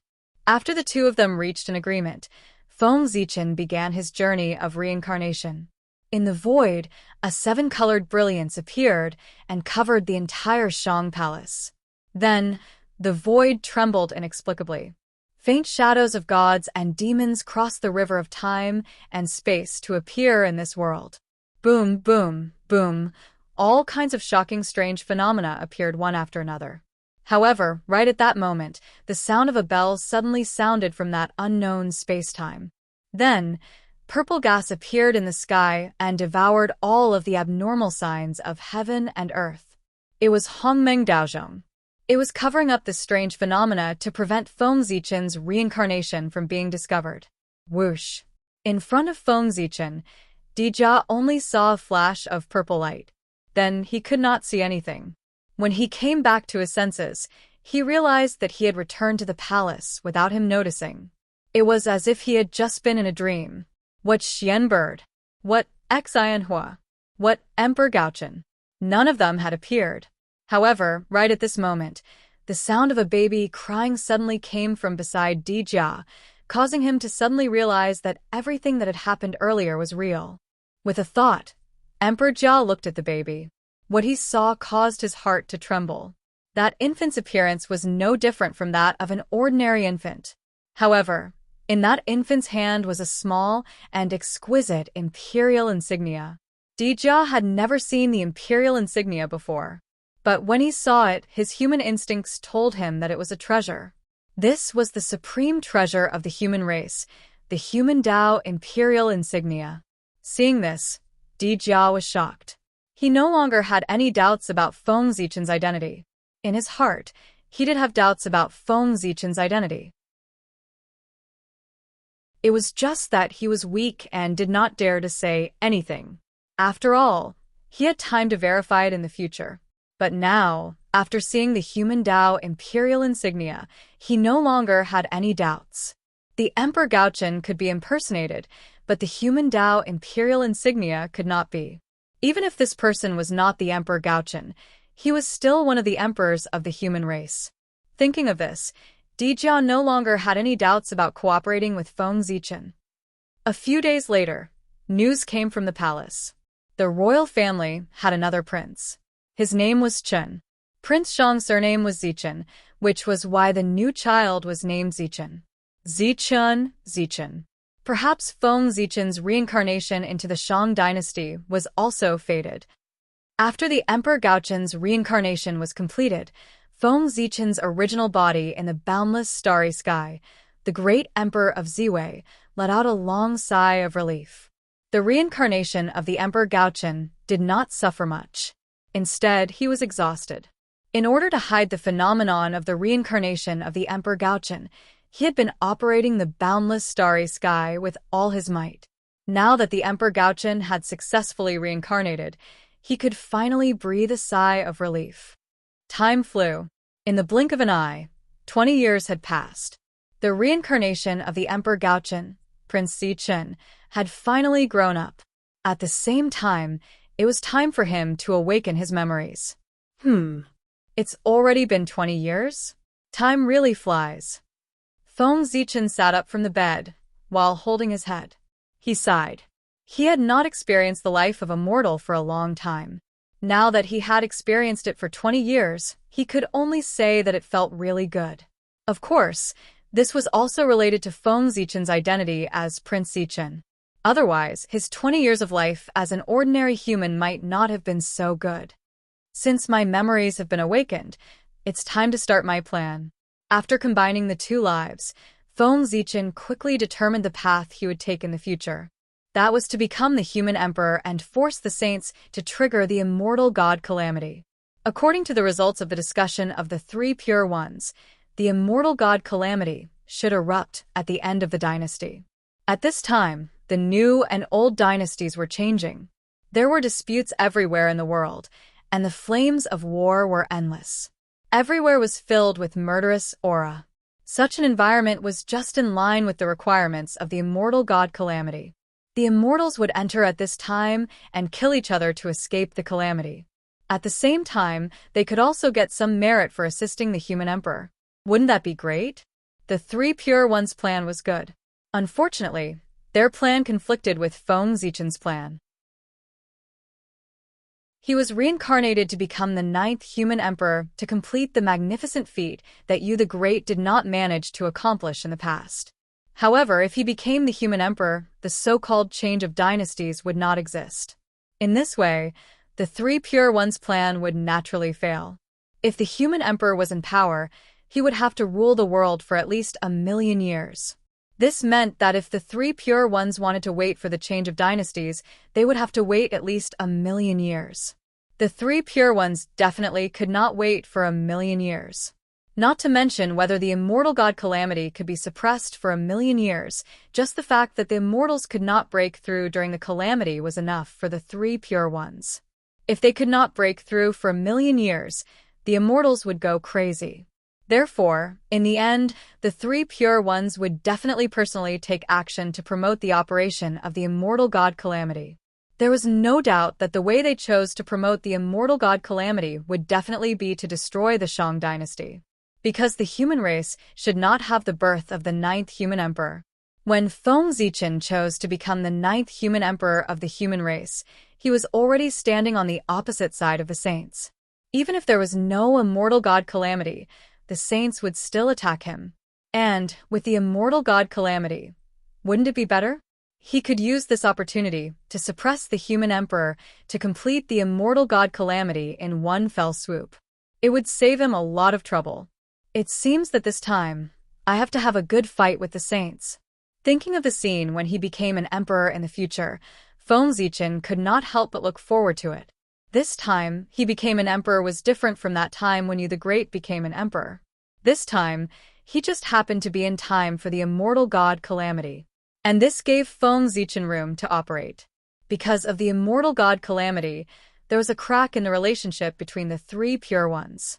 The Grand Master of Heaven and the Heavenly Lord of Primordial Beginning were already showing signs of falling out for their respective disciples.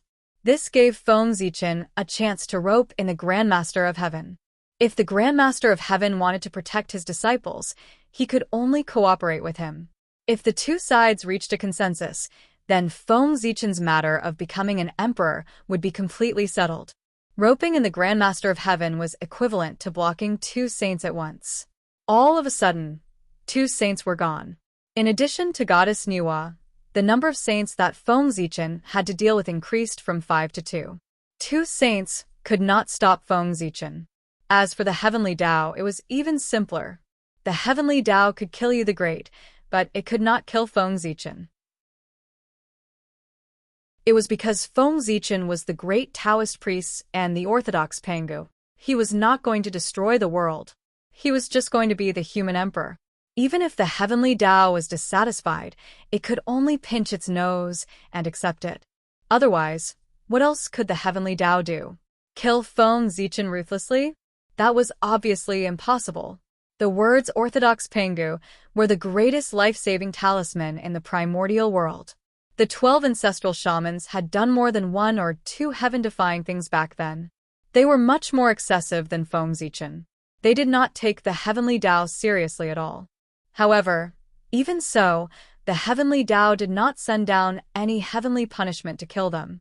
Unless it was really the end of the world, the Heavenly Tao would not attack the Orthodox Pangu. The strongest second generation of the primordial world was not just a saying. It really had special privileges. After Feng Zichen awakened his memories, he no longer hid his sharpness. He began to come into contact with political affairs and entered the center of power of the Shang dynasty. He first observed the politics in the imperial court. Then, with his outstanding performance, he obtained the qualifications to be in power. After that, he relied on this place to start his path of hegemony. With knowledge that far exceeded this era, Feng Zichen quickly increased his reputation. In less than 100 years, his good name spread throughout the entire Shang dynasty. After another 300 years, Feng Zichen was about to become a saint in the Shang dynasty. The people of the world bathed in his kindness and worshipped him like a god. After another 50 years, Dijia finally could not bear the burden and decided to abdicate. Even with the protection of Feng Zichen's Ziwei Emperor Qi, he could not withstand the backlash of the dragon Qi of the human path. Dijia abdicated, and Feng Zichen ascended the throne under the unanimous recommendation of everyone, becoming the new human king. Amidst the solemn music, Dijia abdicated the position of the human king and went to the ancestral land of the human race to cultivate in seclusion. Feng Zichen was crowned king. The transfer of power between the new and old king was completed. The ascension of a new king was naturally a big deal for the Shang dynasty and the human race. However, to the immortals and gods, it was not something worth paying attention to. This was because such a scene had happened too many times. They were already used to it. Although the human king was strong, he could not live forever. He had to change every few hundred years. As long as one lived long enough, they would have experienced the change of the human king several times. After experiencing so much, they naturally did not care. Under the habitual thinking, these immortals thought that the human king of this generation would be the same as the previous human king. After a few hundred years, he would choose to abdicate because he could not withstand the backlash of the dragon chi of the human path. However, as time passed, they gradually realized that they were wrong. The human king of this generation seemed to be more outstanding than they had imagined. At first, when Feng Zichen reigned for 500 years, no one noticed anything unusual. However, when he reigned for 1,000 years, everyone gradually realized that something was wrong. This human king seemed to be quite outstanding. He actually persisted for 1,000 years under the backlash of the dragon chi of the human path and did not fall. For a time, many people began to pay attention to this human king, predicting how long he could last. Then, another 5,000 years passed. This human king was still alive. At this time, even those mighty figures began to pay attention to this human king. 6,000 years. This human king had the bearing of a Daluo. It seemed that it would not be long before another Daluo Taoist priest appeared in the human race. Chapter 727. Time flew by, and in the blink of an eye, another 5,000 years had passed.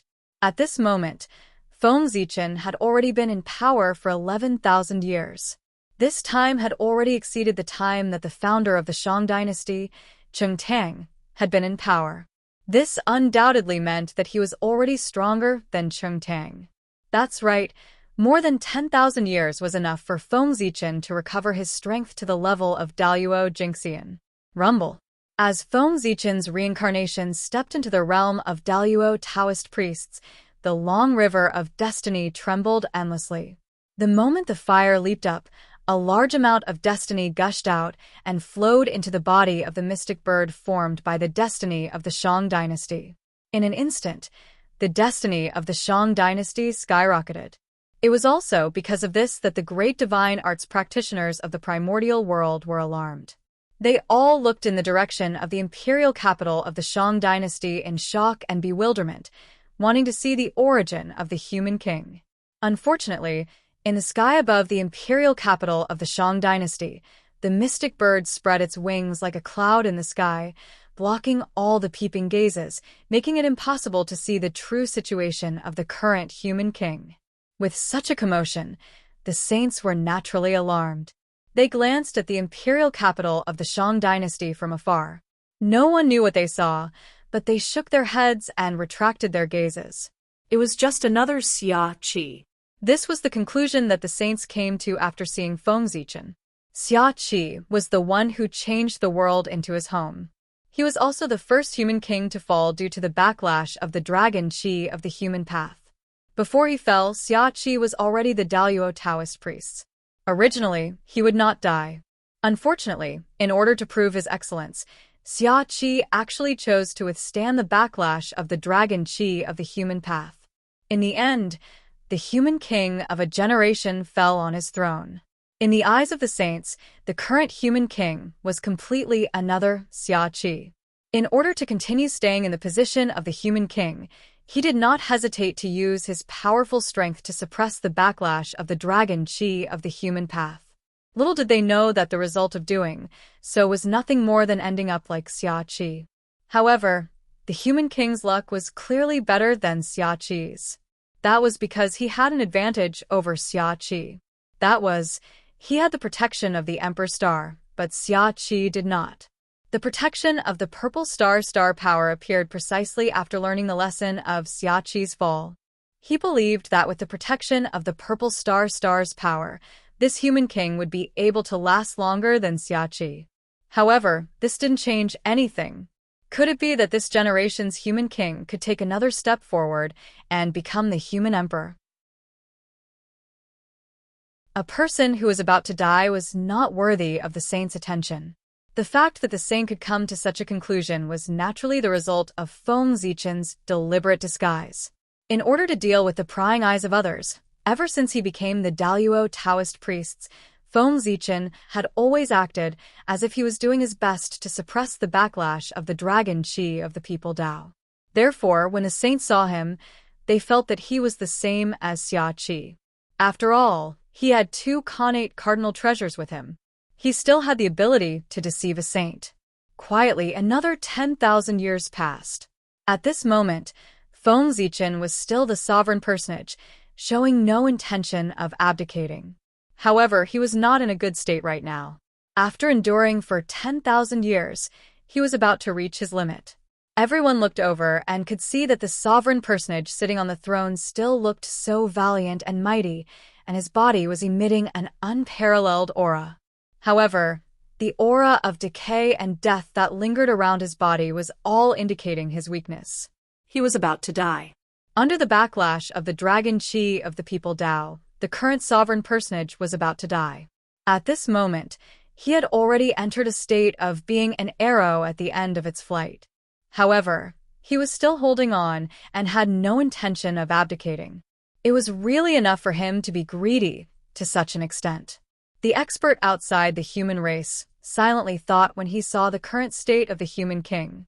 At this moment, not to mention the great divines, even the human experts could not stand it anymore. Thousands of years ago, when the current sovereign personage was beginning to show signs of fatigue, many human ancestors walked out of the ancestral land of the human race and came to the capital of the great Shang dynasty to persuade the sovereign personage to abdicate.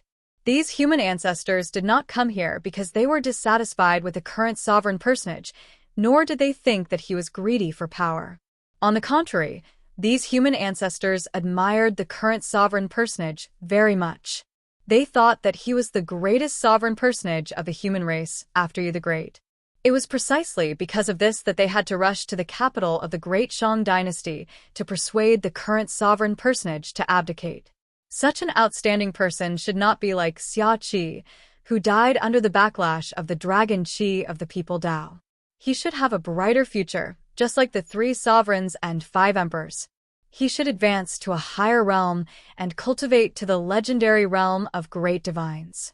Afraid that the current sovereign personage would die under the backlash of the dragon Qi of the people Dao, the human ancestors in the ancestral land could not sit still anymore.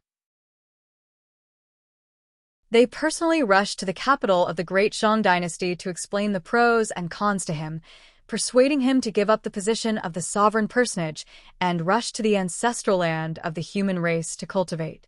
For a time, the human Khanate Taoist priests gathered in the capital of the great Shang dynasty. That's right, it was the Khanate Taoist priests which was also the Khanate Daluo Jingxian. Among the human ancestors who came to the capital of the great Shang dynasty, there were virtuous people from the era of the 5 emperors, old officials who had followed the 3 sovereigns, and even the founder of the Shang dynasty, Cheng Tang, came. These people might have different identities and backgrounds, but without exception, they had all cultivated to the realm of the immortal Daluo Taoist priests. If not, they would not have the qualifications to guard the ancestral land of the human race. These human ancestors could be said to be the upper echelons of the human race. Under the circumstances where the 3 sovereigns and 5 emperors did not make a move, they could represent the will of the human race and could control the general trend of the primordial world. They came to the capital of the great Shang dynasty together, and the shock they brought to the world could be imagined. Almost at the moment they arrived at the capital of the great Shang dynasty, the capital of the great Shang dynasty became the focus of the primordial world, the center of the storm, and the attention of various forces. These people were enough to destroy a large clan if they attacked together. After the human ancestors arrived at the capital of the great Shang dynasty, they did not have time to rest and went straight to the palace to persuade the current sovereign personage. But the result was not as they wished. The sovereign personage did not agree to abdicate. He wanted to go against the heavens and lead the human race to glory, recreating the scene of the 3 sovereigns and 5 emperors when the sovereign personage ruled the primordial world. Your Majesty, you should already know the purpose of our visit. So I won't say much, but I hope you can consider it carefully. In the palace of the Shang dynasty, the human ancestor Foam Kangmang looked at the sovereign personage sitting on the throne and said slowly. Foam Kangmang, surnamed Foam, was the leader of the Foam clan, the royal family of the human race, and also one of the people in charge of the ancestral land of the human race. His high status in the human race was not much weaker than the sovereign personage. It could even be said that he was one of the noblest people below the sovereign personage. For him to come forward to persuade the sovereign personage, it was obvious that the ancestral land valued him. "Senior, I have given up. You should go back." On the throne, the current sovereign personage, Wang Zichen, who was also Feng Zichen, looked at Feng Kangmang and said firmly. Hearing this, Feng Kangmang knew that it was difficult to change the sovereign personage's decision. But he was not willing to let such a person die under the backlash of the dragon chi of the human race, so he was still trying his best. "Your Majesty, do you know that your body can't hold on for much longer? Perhaps you will die in less than 100 years. Feng Kangmang let out a long sigh and tried to persuade him one last time. "It's just death. Zichen has no regrets dying for the human race. Moreover, is it certain that I will fail? What king you can't do, it doesn't mean that I can't do." Feng Zichen looked down and said firmly. "You." Hearing this, Feng Kangmang stood up in anger and pointed at Feng Zichen, speechless. "What do you mean by what king you can't do? It doesn't mean that you can't do. Let's not talk about whether you can compare to King Yu. Just your current state, coupled with what you said just now, is not convincing at all. Surpassing King Yu? You are already an arrow at the end of its flight, and will die soon. Do you know that?"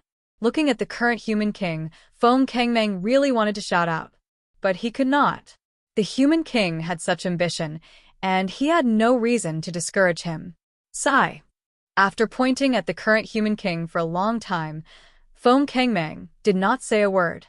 In the end, he sighed helplessly and sat down again. "Senior, you don't have to worry. Since I have the determination to become an emperor, I naturally have complete confidence. Although I am not in a good state now, it is not a problem for me to hold on for tens of thousands of years. If I still have no hope of becoming an emperor after tens of thousands of years, then I will go to the ancestral land without any advice from you elders." Seeing the other party like this, Feng Zichen had no choice but to reveal some information to prevent instability. "Is this true?" Hearing Feng Zichen's words, Feng Kangmang stood up and asked in disbelief. At this moment, his mind was filled with the words, "I can hold on for tens of thousands of years.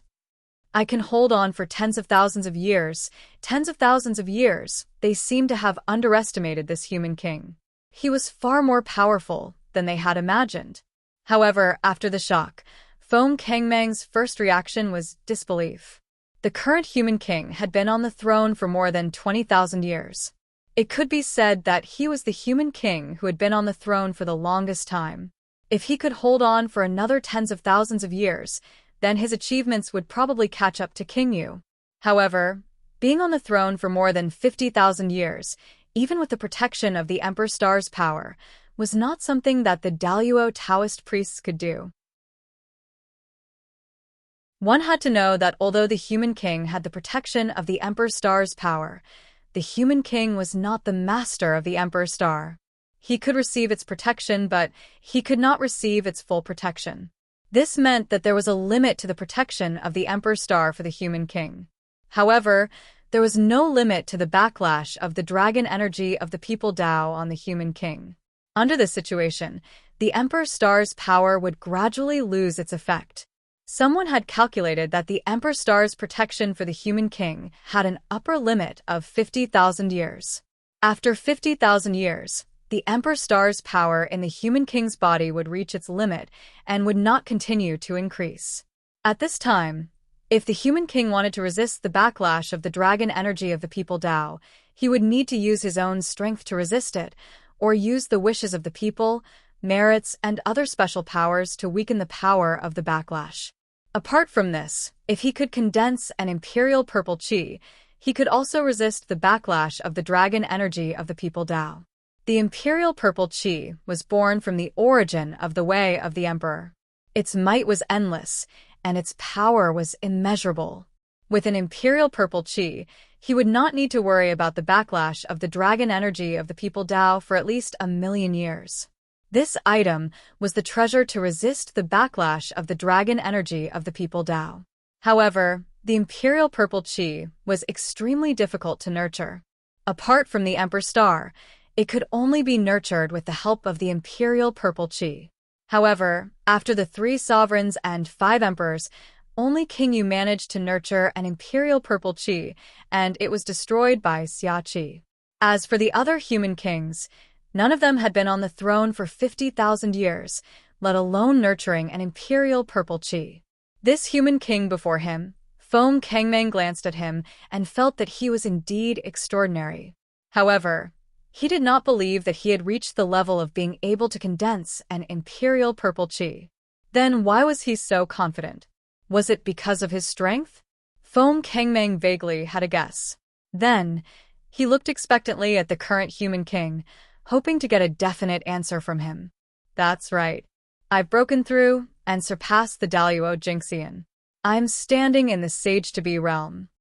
Facing Feng Kangmeng's expectant gaze, Feng Zichen said slowly. At the same time, a vast and boundless aura rose from his body, shaking the void and sweeping through thousands of Daos. Sage-to-Be. Without a doubt, he was in the Sage-to-Be realm.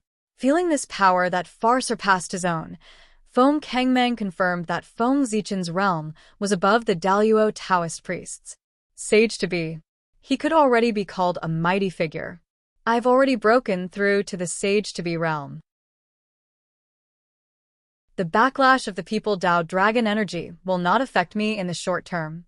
Moreover, it won't be long before my plan in the human race is completed. At that time, I'll obtain a large amount of people Dao merit and the power of will of the people. In this way, I'll be able to hold on for hundreds of thousands of years, let alone tens of thousands of years. The throne of the human emperor will belong to me. The great cause that King Yu has yet to complete will be completed by me. I'll eventually become the 9th great emperor of the human race. In the Human King Palace, the current human king shouted his great wish to the sages of the human race. Good. Since the human king has the determination to become the human emperor, then we'll go all out and do our best to help the human king attain the Tao. After confirming that the human king's realm was Sage-to-Be and not the Daluo Taoist priests, Feng Kangmeng changed his previous attitude of persuading the human king to fully support him. Of course, the sages of the human race treated the Sage-to-Be differently from how they treated the Daluo Taoist priests. If the human king was only the Daluo Taoist priests, then his chances of becoming the human emperor would naturally be very slim. They wouldn't put the human king in danger just to gamble on this slim hope. Therefore, the sages of the human race would definitely persuade the human king to abdicate. However, if the human king was a Sage-to-Be, then the outcome would be completely different. The human king in the Sage-to-Be realm could be said to have touched the threshold of the human emperor and had a great chance of becoming the human emperor. It should be known that throughout the history of the human race, there were only 9 people who could cultivate to the Sage-to-Be realm during the human race's rule.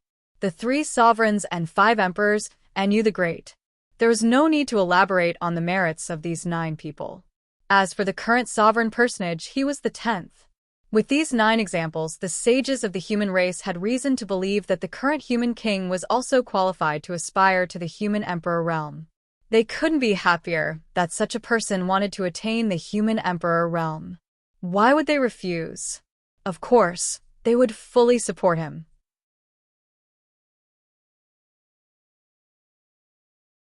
Chapter 728. No one knew what Feng Kangmeng and the current human king discussed in the palace. In short, the final result was that Feng Kangmeng, a sage of the human race, walked out of the palace with a helpless expression. Obviously, he had failed to persuade the human king. Although Feng Kangmeng had decided to support Feng Zichen in order to cooperate with his plan, he still pretended that his persuasion had failed. It had to be said that those who could cultivate to the level of Daluo Taoist priests were all good actors.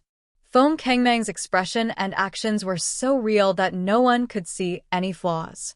After Feng Kangmeng returned, a few more sages of the human race went to the palace to persuade the human king to abdicate. However, without exception, they all failed. At this moment, Everyone understood that the current human king was determined to prove his Tao and become the human emperor. Even if he died for it, he would not hesitate. When the other experts of the human race saw this, they naturally admired the human king's ambition. However, in the eyes of those powerful people, the human king's actions were a little foolish, just like Xia Qi back then. How naive was it to bet with one's life on that unrealistic possibility? Ridiculous. This was the evaluation of the human king after the saint heard of his determination.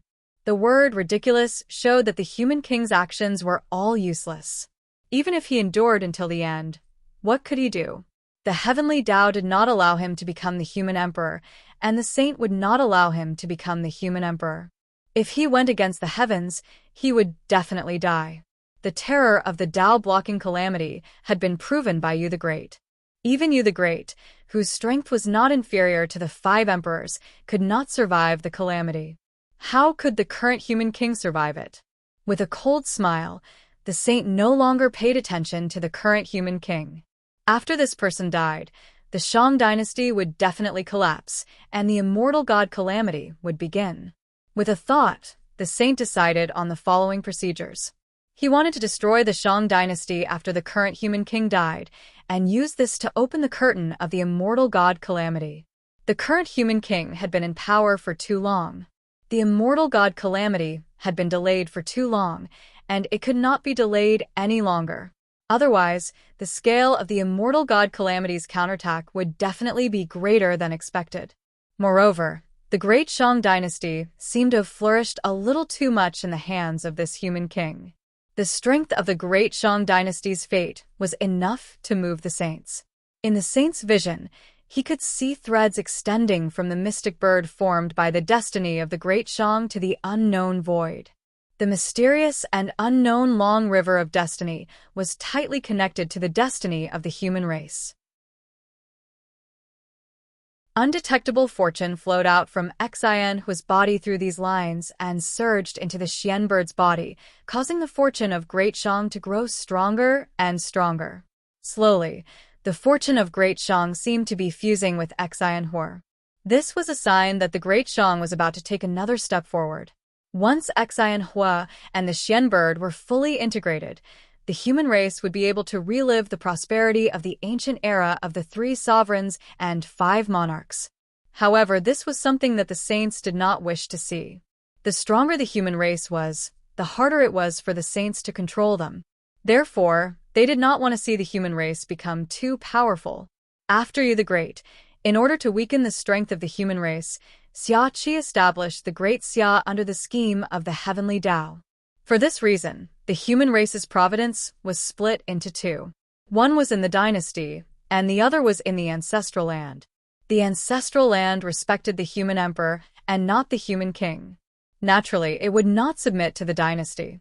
With the strength of the dynasty, it was impossible to suppress the ancestral land.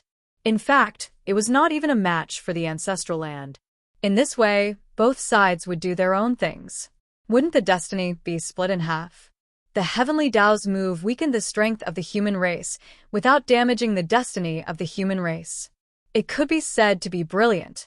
Why couldn't the human race produce a supreme emperor after Yu the Great? The backlash of the human Tao Dragon Qi was one reason, but more importantly, it was because the destiny was not enough. With only half of the previous destiny, how could an existence comparable to Yu the Great be born? Whether it was to trigger the immortal god-killing tribulation or to prevent the Great Shang from taking another step forward after the human king died, there was no need for the Great Shang to exist. Sometimes, being strong was also a sin. The saints could ignore the human king, but the sages of the human race could not. After persuading the human king to abdicate, the sages of the human race discussed and decided to help the human king. After all, he was the king of the human race. Could the sages of the human race watch him die? Therefore, no matter what, the sages of the human race had to help the human king. After thinking about it, the sages of the human race took the treasures consecrated by the imperial ancestral temple from the ancestral land and handed them to the human king. They tried to use this method to help resist the backlash of the human Tao Dragon Qi. The treasures consecrated by the imperial ancestral temple were the ancient zither used by the heavenly Emperor Fuxi to play music, the divine cauldron used by the earthly Emperor Shenong to refine medicine, and the 3 cauldrons refined by the human Emperor Xianyuan. These 3 treasures followed the 3 emperors all year round and were each tainted with a trace of the emperor's aura. In addition, they were consecrated by the human race all year round. They could more or less resist the backlash of the human Tao Dragon Qi for a period of time, so that he could live a little longer. Perhaps, during this period of time, the human king would think it through and change his mind and decide to abdicate. No matter what, using these treasures was already the limit of the ancestral land. If the human king still did not change his mind, then the ancestral land could not do anything. They had already done their best. Next, they could only leave it to the heavens. With the support of the 3 treasures, the human king swept away his previous decline and regained his vitality. Once again, he ruled the world with an absolutely powerful posture. The human king maintained such a posture for a full 10,000 years. Only then did the 3 treasures reach their limit and could no longer continue to resist the backlash of the human Tao Dragon Qi for him. They slowly faded, and he returned to the state of an arrow at the end of its flight. In other words, the human king was going to die of old age again. However, he still had no intention of changing his mind. But at this time, there were no more treasures to extend the human king's life. For a time, the human king's safety became the focus of everyone's attention once again. It was under such circumstances that someone proposed a bold idea. Since the treasures left behind by the 3 emperors could help the human king resist the backlash of the human Tao Dragon Qi, then could the treasures that the 3 emperors used to attain the Tao also work? As soon as this idea came out, it immediately received the unanimous approval of everyone. After having a solution, the sages of the human race directly took action.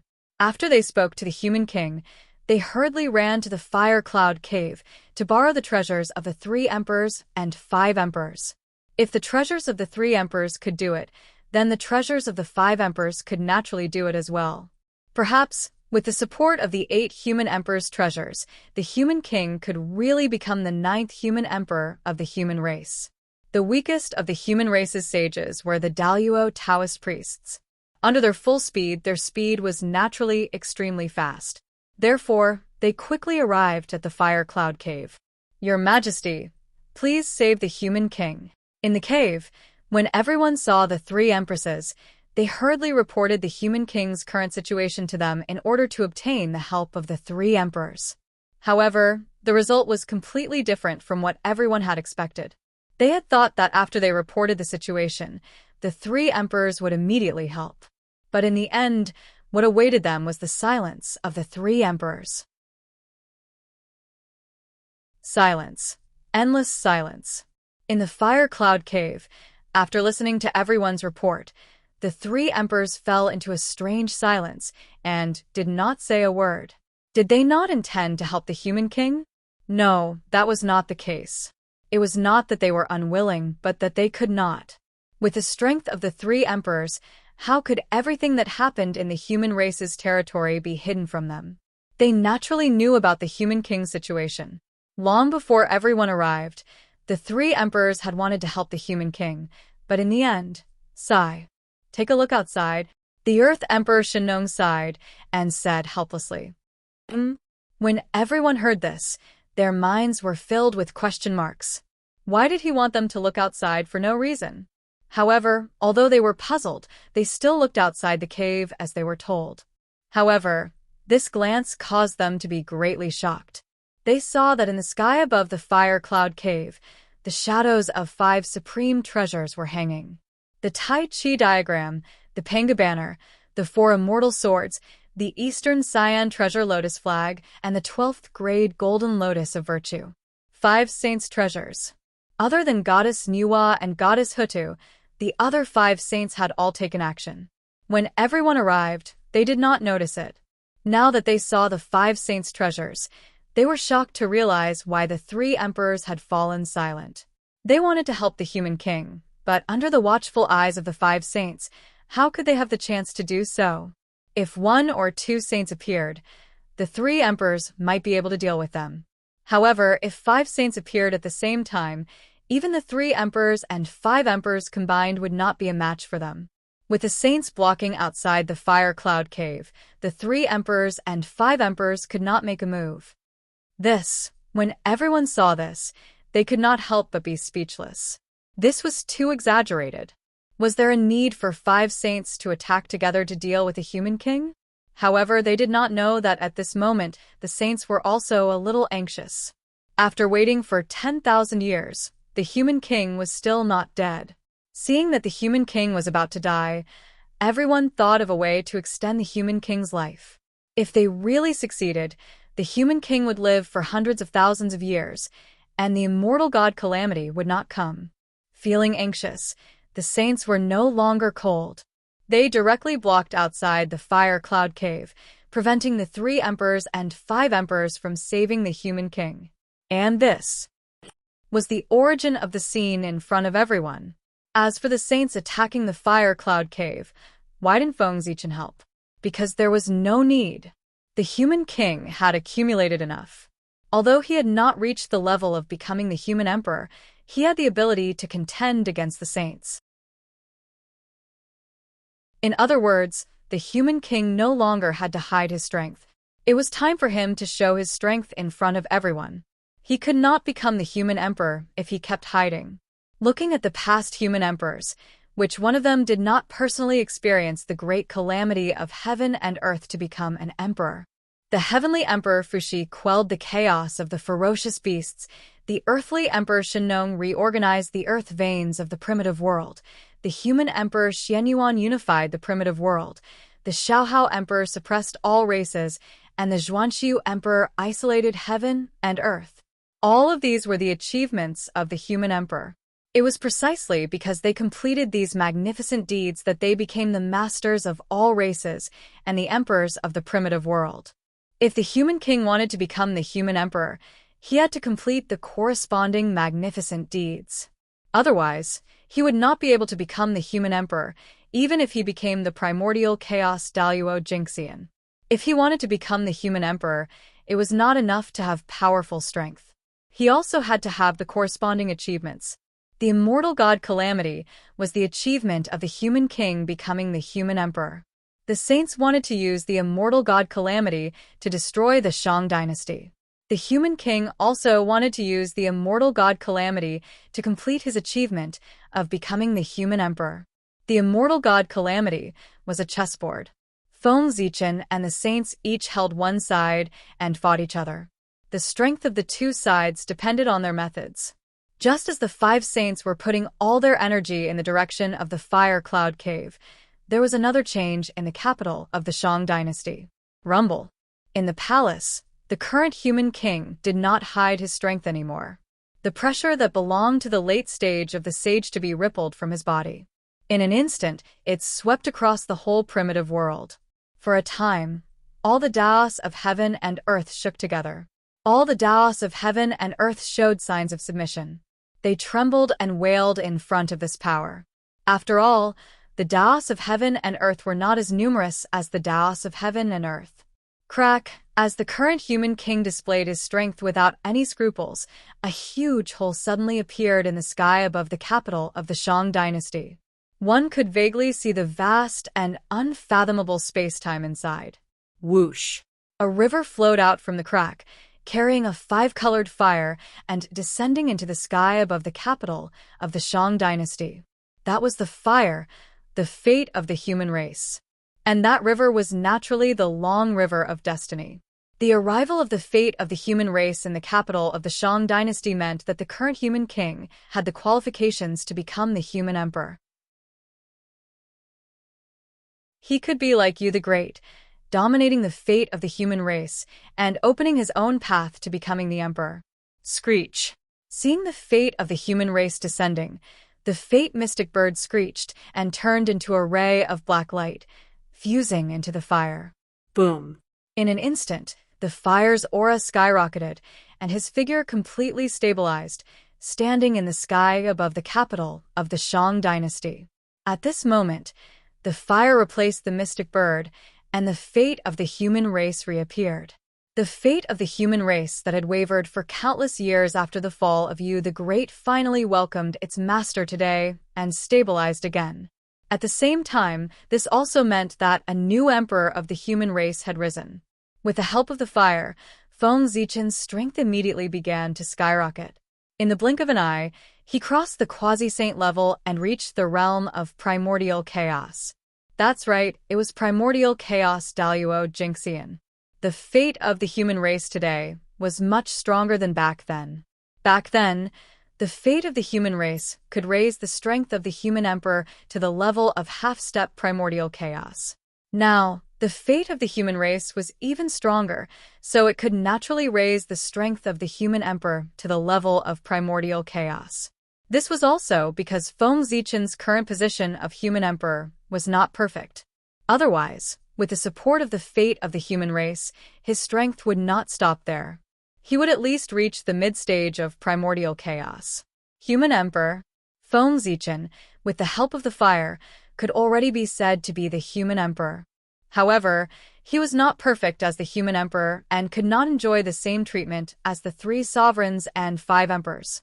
When he was in power, he was the human emperor.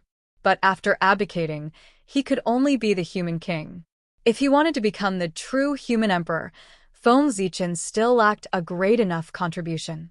The immortal god massacre tribulation was his opportunity, conferring the title of human emperor to 10,000 gods.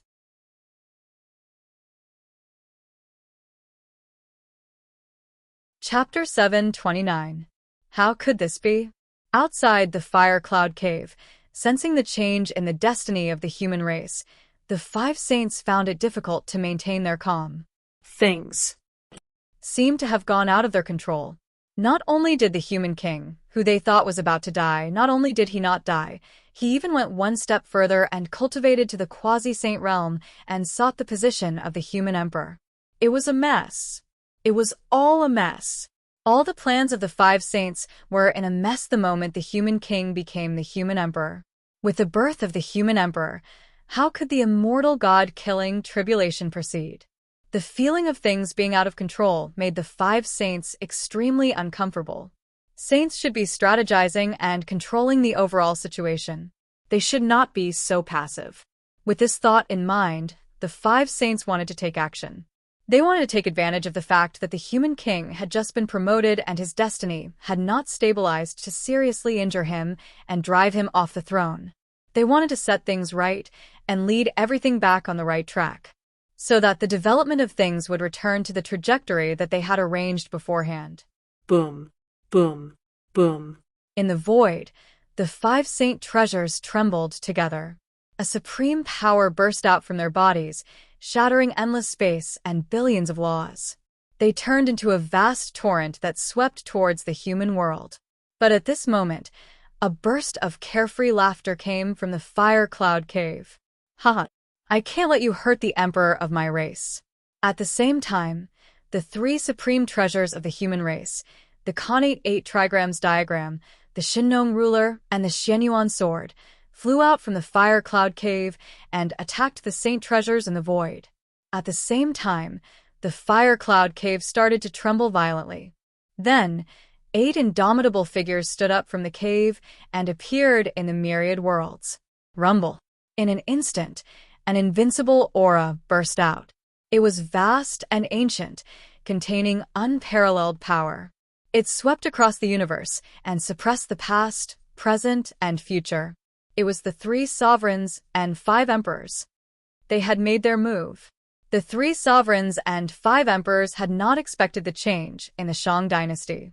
They were thinking of a way to help the human king, but before they could think of a way, the human king had already solved the problem himself. This was really beyond their expectations. The current human king had really brought them too many surprises. This was exactly what the 3 sovereigns and 5 emperors wanted to see. The stronger the current human king was, the greater the chances of him becoming human emperor. As a human, he naturally felt happy about this. How could the 3 sovereigns and 5 emperors tolerate the fact that the saint wanted to kill the future emperor of the human race in front of them? It was inevitable that they would make a move.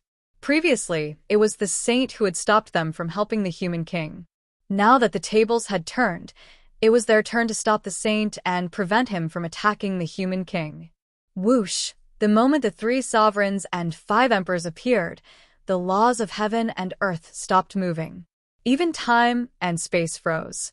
In the face of this power, the 5 sages' magic treasures first trembled for a moment before slowly calming down. Then, the 5 sages quietly appeared before the 3 sovereigns and 5 emperors. A tremendous pressure descended upon the 5 martial saints, trying to devour the 3 sovereigns and 5 monarchs. Fellow Taoists, since you're here, why don't you come in for a chat?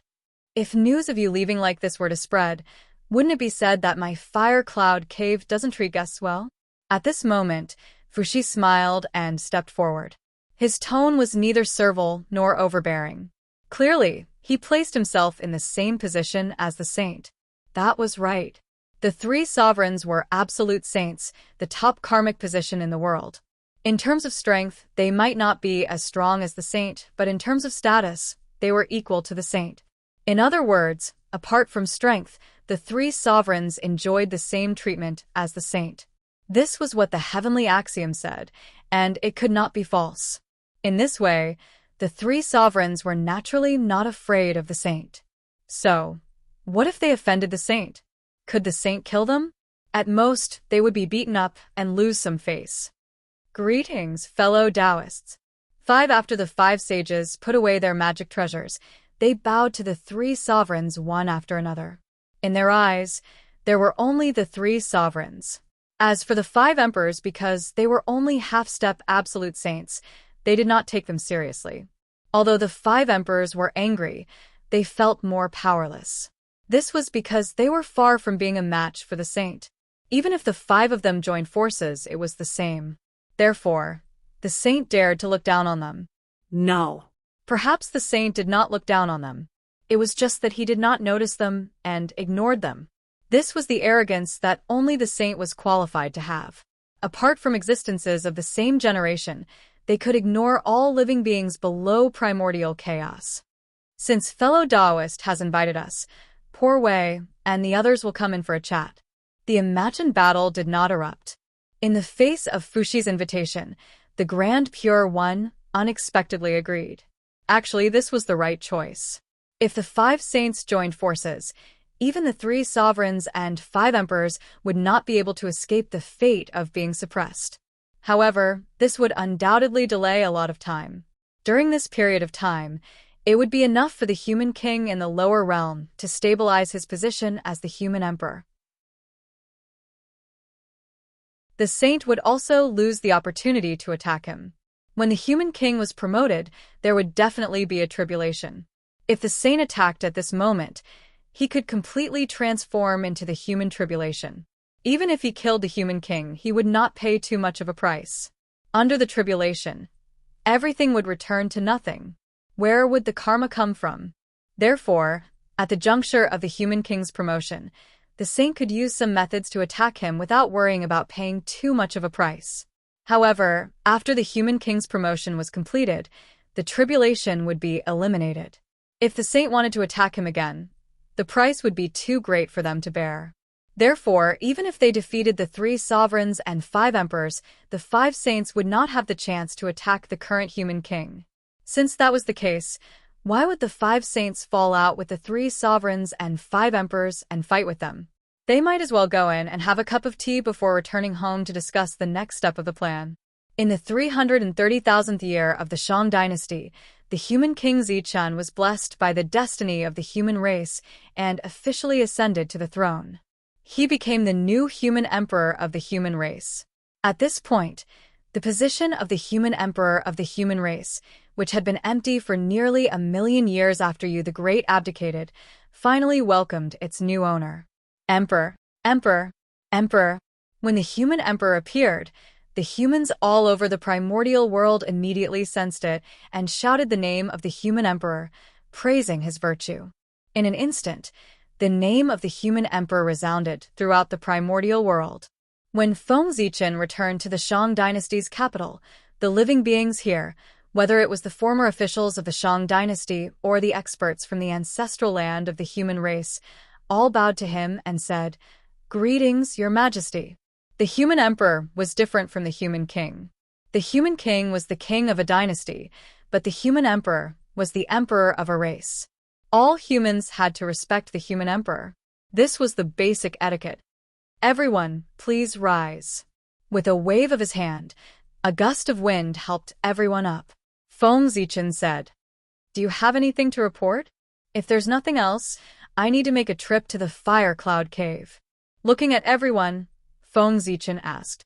Since he had become the human emperor, he naturally had to make a trip to the Fire Cloud Cave. It was also a kind of inheritance for the new emperor to meet the old emperor. "We're fine." Everyone shook their heads when they heard that, indicating that they had nothing to report. Seeing this, Feng Zichen's figure flashed and disappeared in front of everyone. He arrived outside the Fire Cloud Cave. "Yo! The human emperor is here." At this moment, in the Fire Cloud Cave, Fushi, who was pouring tea for everyone, felt something. He turned his head to look outside the cave and said to everyone. As soon as he finished speaking, a familiar yet unfamiliar voice echoed in everyone's ears. "Human Emperor Zichen has come to visit the 3 sovereigns and 5 emperors." It was Feng Zichen who spoke. When they heard this voice, all the saints stopped what they were doing. Then, they stood up in unison and looked out of the cave in disbelief. This voice reminded them of a person who had long fallen. It was because of this that the 5 saints were surprised, shocked, and in disbelief. If it was really that person, then they would be in big trouble. However, there was one thing that the 5 saints could not understand. If it was really that person, how did he revive quietly and reincarnate into the human race? Puzzled, the 5 saints could not help but have doubts in their eyes.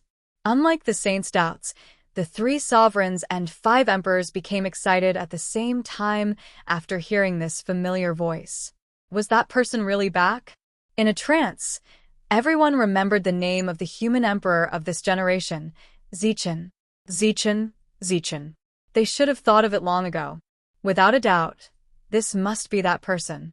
Because only he could complete such shocking achievements in such a short period of time and become the human emperor who shocked the primordial world. Just like in the ancient times, he led the human race to rise in ignorance. He walked out of the ancestral land, cut through thorns, and built a huge world in the primordial world, causing the human race to become one of the strongest races in the primordial world. "Let's go. Everyone follow me to welcome His Majesty." With an answer in his heart, Fushi said to the people around him excitedly. Of course. The other human emperors agreed when they heard that. "Fellow Taoists, do you want to go together?" Although he was excited, Fushi did not forget that there were still guests. Therefore, he turned his head and asked the Grand Pure One and the others. "Of course, we'll go together. Poor Wei and the others haven't seen that fellow Taoist for a long time." The Grand Pure One nodded and said meaningfully, "All right, let's go together." Just like that, the group of 13 people walked out of the Fire Cloud Cave in a grandiose manner to welcome the legendary human emperor. "It's really you, Gaochen." Outside the Fire Cloud Cave, the heavenly lord of primordial beginning, Zhuan-Ti, and the other 2 were shocked when they saw the familiar face. Their expressions suddenly turned ugly. They could not forget how the primordial god had fallen in their hands that day. For that, the 3 of them had paid an unimaginable price. The influence brought about by the murder of the celestial emperor had not been completely dispelled until today, and it had been affecting them all this time. Why did the heavenly lord of primordial beginning, Zhuan-Ti, and the other 2 lose their intelligence and do all kinds of unwise things? It was because of that. Even if a saint killed the heavenly emperor, it was impossible for him to escape unscathed without paying a price. The consequences of killing the heavenly emperor had always affected them. First, it caused their luck to be low. Then, it would affect their judgment at the critical moment. Why do you think Taoist Zhuan-Ti foolishly ran to Haotian? Why did the Heavenly Lord of Primordial Beginning say such unwise words in the Purple Cloud Palace and mercilessly embarrass the Sect Master of Heaven? That was the reason. The Heavenly Lord of Primordial Beginning had the intention to kill Haotian in the Purple Cloud Palace, but Dao ancestor Hongjun did not do anything to him. It was because he saw that his condition was not right that he did not argue with him. Otherwise, did he really think that Dao ancestor Hongjun was a good person? If the five-element sacred beasts heard that, they would definitely spit on his face. Damn it, if Dao ancestor Hongjun was a good person, would they end up like this? The Heavenly Lord of Primordial Beginning, Zhuan-Ti, and the other two had clearly noticed that, but they could not deal with it. If the effects of killing the Heavenly Emperor could be dispelled so easily, wouldn't the Heavenly Emperor be killed every day if he still had the dignity of a hammer? Zhuan-Ti was still fine. He was an old homebody, and would not step out of Mount Meru for no reason. Therefore, this matter had the least impact on him. However, the Heavenly Lord of Primordial Beginning and Taoist Zhuan-Ti were different. They often had to go out, which caused this matter to have a great impact on them, causing them to be miserable. For this reason, the two of them hated the North Star Emperor the most. The North Star Emperor's death did not have much to do with them. Did they kill the North Star Emperor? No, they did not. The North Star Emperor committed suicide. It was just that before he died, he schemed against the three of them and put the blame of killing the Heavenly Emperor on them. They took the blame for nothing and paid a huge price for it. One could imagine the anger in the hearts of the Heavenly Lord of Primordial Beginning and Taoist Zhuan-Ti. At this moment, in front of their enemies, the anger in their hearts was ignited and a terrifying murderous intent was born. However, before the two of them could make a move, Fushi Shinong and the others stepped forward and bowed to Feng Zichen. Congratulations on your return, Your Majesty. Congratulations. The voices of the 8 people resounded in the ears of the Heavenly Lord of Primordial Beginning and Taoist Zhuan-Ti. It was like a basin of cold water that extinguished the anger in their hearts. This was not the time to make a move.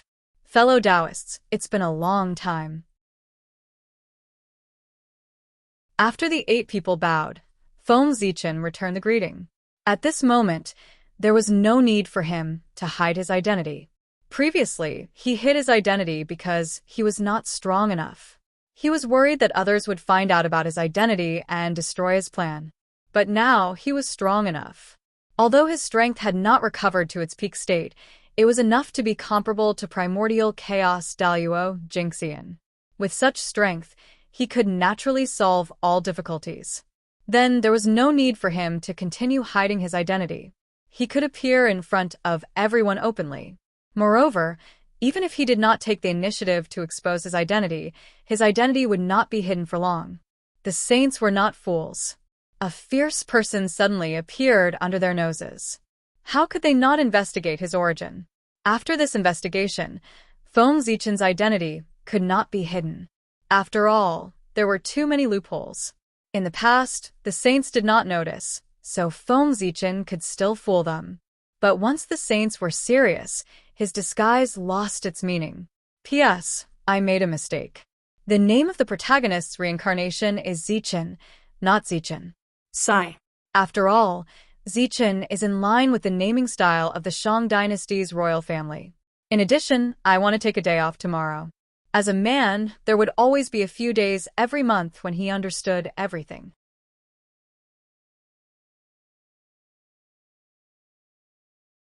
Chapter 730. Since that was the case, there was no need for Feng Zichen to hide his identity. Rather than being discovered by others, he might as well take the initiative to reveal himself. Actually, it hasn't been that long. However, Taoist Gaochen's methods are indeed brilliant. Not only did he use Poor Wei and the other two to fake his death to escape, but before he disappeared, he even put the blame on Poor Wei and the other two. At this moment, the Heavenly Lord of Primordial Beginning walked in front of Feng Zichen with a gloomy face and said, "It's Taoist Yuanshi. Looking at your expression, it seems that the gift I gave you before I left is very popular with you." Seeing the Heavenly Lord of Primordial Beginning, Feng Zichen greeted him with a smile. In his words, there was no hint of guilt for deceiving the Heavenly Lord of Primordial Beginning. Hearing that, not to mention the heavenly lord of primordial beginning, even the Taoist priest Jiayin and Taoist Junti's expressions changed. They pointed at Feng Zichen and were so angry that they could not speak. It could be said that they liked the gift Feng Zichen gave them before he died. They liked it so much that in order to repay Feng Zichen's gift, the heavenly lord of primordial beginning and the other two could not wait to skin him alive. Taoist Gaochen, the heavenly Tao reincarnation, retribution is not good. What you did to poor Wei and the other two in the past, in the future, you will definitely pay back double. Knowing that now is not the time to attack Feng Zichen, the heavenly lord of primordial beginning suppressed his anger and threatened him coldly. Then he walked to the side with his hands behind his back and did not speak.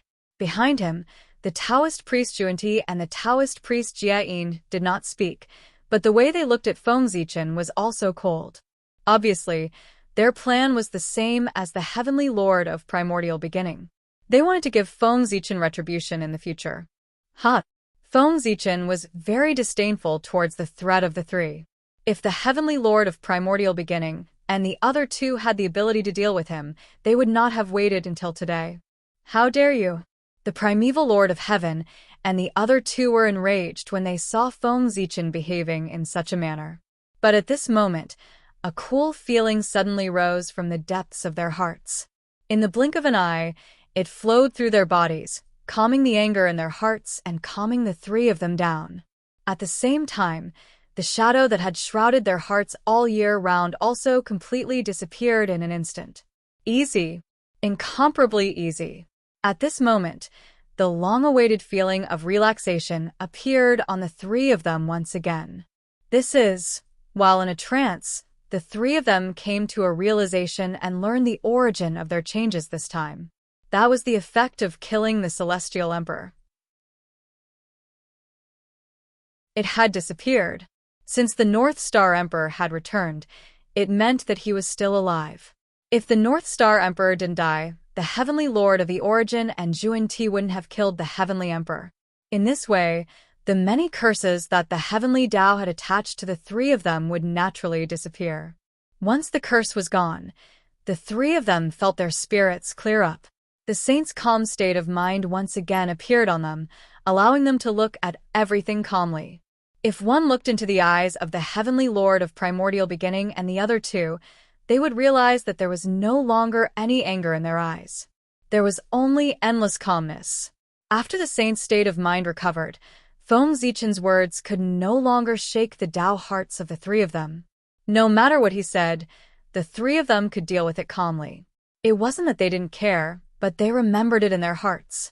They would wait for the right time to settle the score with Feng Zichen. Fellow Taoist North Star is already the primordial emperor and the supreme of heaven and earth. Why didn't you return to the heavenly court to take charge of the North Star Palace this time?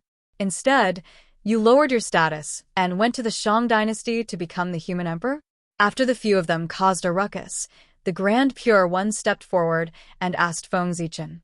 As soon as the Grand Pure One said that, be it Feng Zichen or the three sovereigns and 5 emperors, they all looked displeased and looked at him with unfriendly gazes. Lowered my status? Why can't the emperor of the human race compare to the emperor of the heavenly court and the primordial emperor?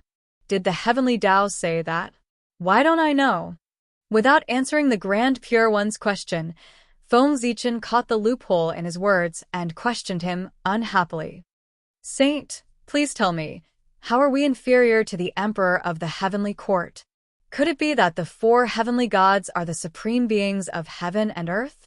Then, the 3 sovereigns of the human race are grass by the roadside and not worth mentioning? After Feng Zichen, the 3 sovereigns and 5 emperors asked the Grand Pure One with ugly expressions. The poor Wei has misspoken. Fellow Taoists, please calm down. Knowing that he had misspoken and been caught by the other party, the Grand Pure One did not quibble and admitted his mistake. The Grand Pure One admitted his mistake so straightforwardly that Feng Zichen, the 3 sovereigns, and 5 emperors had prepared a lot of words, but they did not know how to say them. Fellow Taoist, you're being too serious. Just be careful in the future. Also, although the human race is not strong, the three sovereigns are second saints personally conferred by the heavenly Tao. Their status is the same as yours. The human emperor of our race is also publicly acknowledged as the emperor of Earth. He is the master of all races and is protected by the human Tao. Fellow Taoist, you have underestimated the emperor of our race today. In the future, you will have to fight to settle this karma. Please understand, fellow Taoist. After thinking for a long time, Feng Zichen said that, as the saying goes, trouble comes from the mouth. The Grand Pure One's words just now had already formed karma with the human race. If he did not get back at them, in the future, if this matter were to spread, where would the human race's face be? If the human race did not do anything when their emperor was being looked down upon, they would definitely be mocked by all living beings. Therefore, the human race had to have a fight with the Grand Pure One. Winning or losing was not important. What was important was to show that attitude. Look, in order to protect the reputation of the human emperor, the human race did not even hesitate to start a war with the saints. Presumably, the living beings of the primordial world who saw this scene would know the attitude of the human race. The human emperor could not be humiliated. This is indeed the fault of the poor way. Therefore, the poor way is willing to accept any price. The Grand Pure One was also a shrewd person. Naturally, he knew the meaning behind this. Therefore, he calmly accepted this karma and waited for the human race to settle the score in the future. The karma has been accepted. Fellow Taoist Gaochen, can you explain to the poor way why you reincarnated in the Shang dynasty and became the human emperor? After changing the topic, the Grand Pure One reorganized his words and continued to ask the question. Why do I have to become the human emperor? That's naturally because the heavenly Tao owes me the position of the human emperor. In the primordial world, the human race respects me as the sacred emperor. The Magi recognize me as the human emperor. The dragon race recognizes me as the human emperor. The phoenix race, the Qilin race, and the other Khanate races also recognize me as the human emperor. Even the mortal enemies of the human race, the demons, have to call me the human emperor when they see me. Even the East Emperor, Dijun, calls me the human emperor. It can be said that all living beings in the primordial world respect me as the human emperor.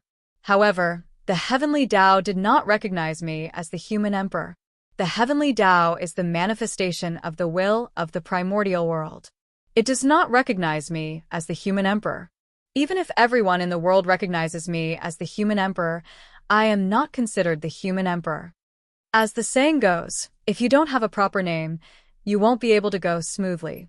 If I steal the position of the human emperor as an ordinary person, I will definitely cause trouble in the future. Therefore, I specially reincarnated as a human and became the human emperor to make up for this flaw and make myself legitimate. After hearing the Grand Pure One's words, Feng Zichen first asked a question before speaking passionately. He could not say that he had reincarnated as a human this time to specially destroy the immortal god-killing tribulation, right? Naturally, he had to make an excuse. That was Feng Zichen's excuse. Actually, that was not all an excuse. Just as he had said, he was not the human emperor conferred by the heavenly Tao. He had conferred it himself. At that time, it was still the Khanate era. The human race was just an inconspicuous character among the 10,000 races. They could not enter the eyes of the heavenly Tao. Since that was the case, the conferment of the human emperor would naturally not alarm the heavenly Tao. Feng Zichen's position as the human emperor was jointly respected by the human race. He had only obtained the recognition of the human race and not the recognition of the heavenly Tao. By the time the human race was valued by the heavenly Tao and decided to nurture them into the main characters of the world, Feng Zichen, the recognized human emperor of the human race, had already fallen many years ago. The heavenly Tao wanted to prosper the human race. Even if it knew about Feng Zichen's achievements, it could not confer him the title of human emperor. Instead, it should focus on the present. Because of that, Feng Zichen, the first-generation human emperor, was deliberately forgotten by the heavenly Tao. That also led to Feng Zichen's awkward position in the human race. Although all living beings respected him as the human emperor, in fact, the heavenly Tao did not recognize him as the human emperor. To be precise, he was a fake human emperor. The human emperor was in reality, but he did not have the name of the human emperor. Therefore, apart from destroying the immortal god-killing tribulation, Feng Zichen might not have any plans to confirm his identity as the human emperor. After hearing Feng Zichen's words, the Grand Pure One was silent for a long time before saying, "Fellow Taoist Gaochen's identity is already noble enough. Even compared to the three poor Wei brothers, you are not weaker. In fact, you are even slightly better. In the primordial world, apart from the Tao ancestor and great Emperor Ziwei, the poor Wei can't think of anyone else whose identity is more noble than yours. Fellow Taoist, since you have such a noble identity, why are you greedy for the power of the human emperor? Even if you have the position of the human emperor, you can't add more elegance to you. That's because you're already resplendent enough." In the Grand Pure One's opinion, Feng Zichen already had enough halos. There was no need to add the glory of the human emperor. Just his identity as the great Taoist priest was enough for him to dominate the primordial world, not to mention that he was the postnatal Tao ancestor. "Fellow Taoist, you don't understand?" Feng Zichen shook his head and replied.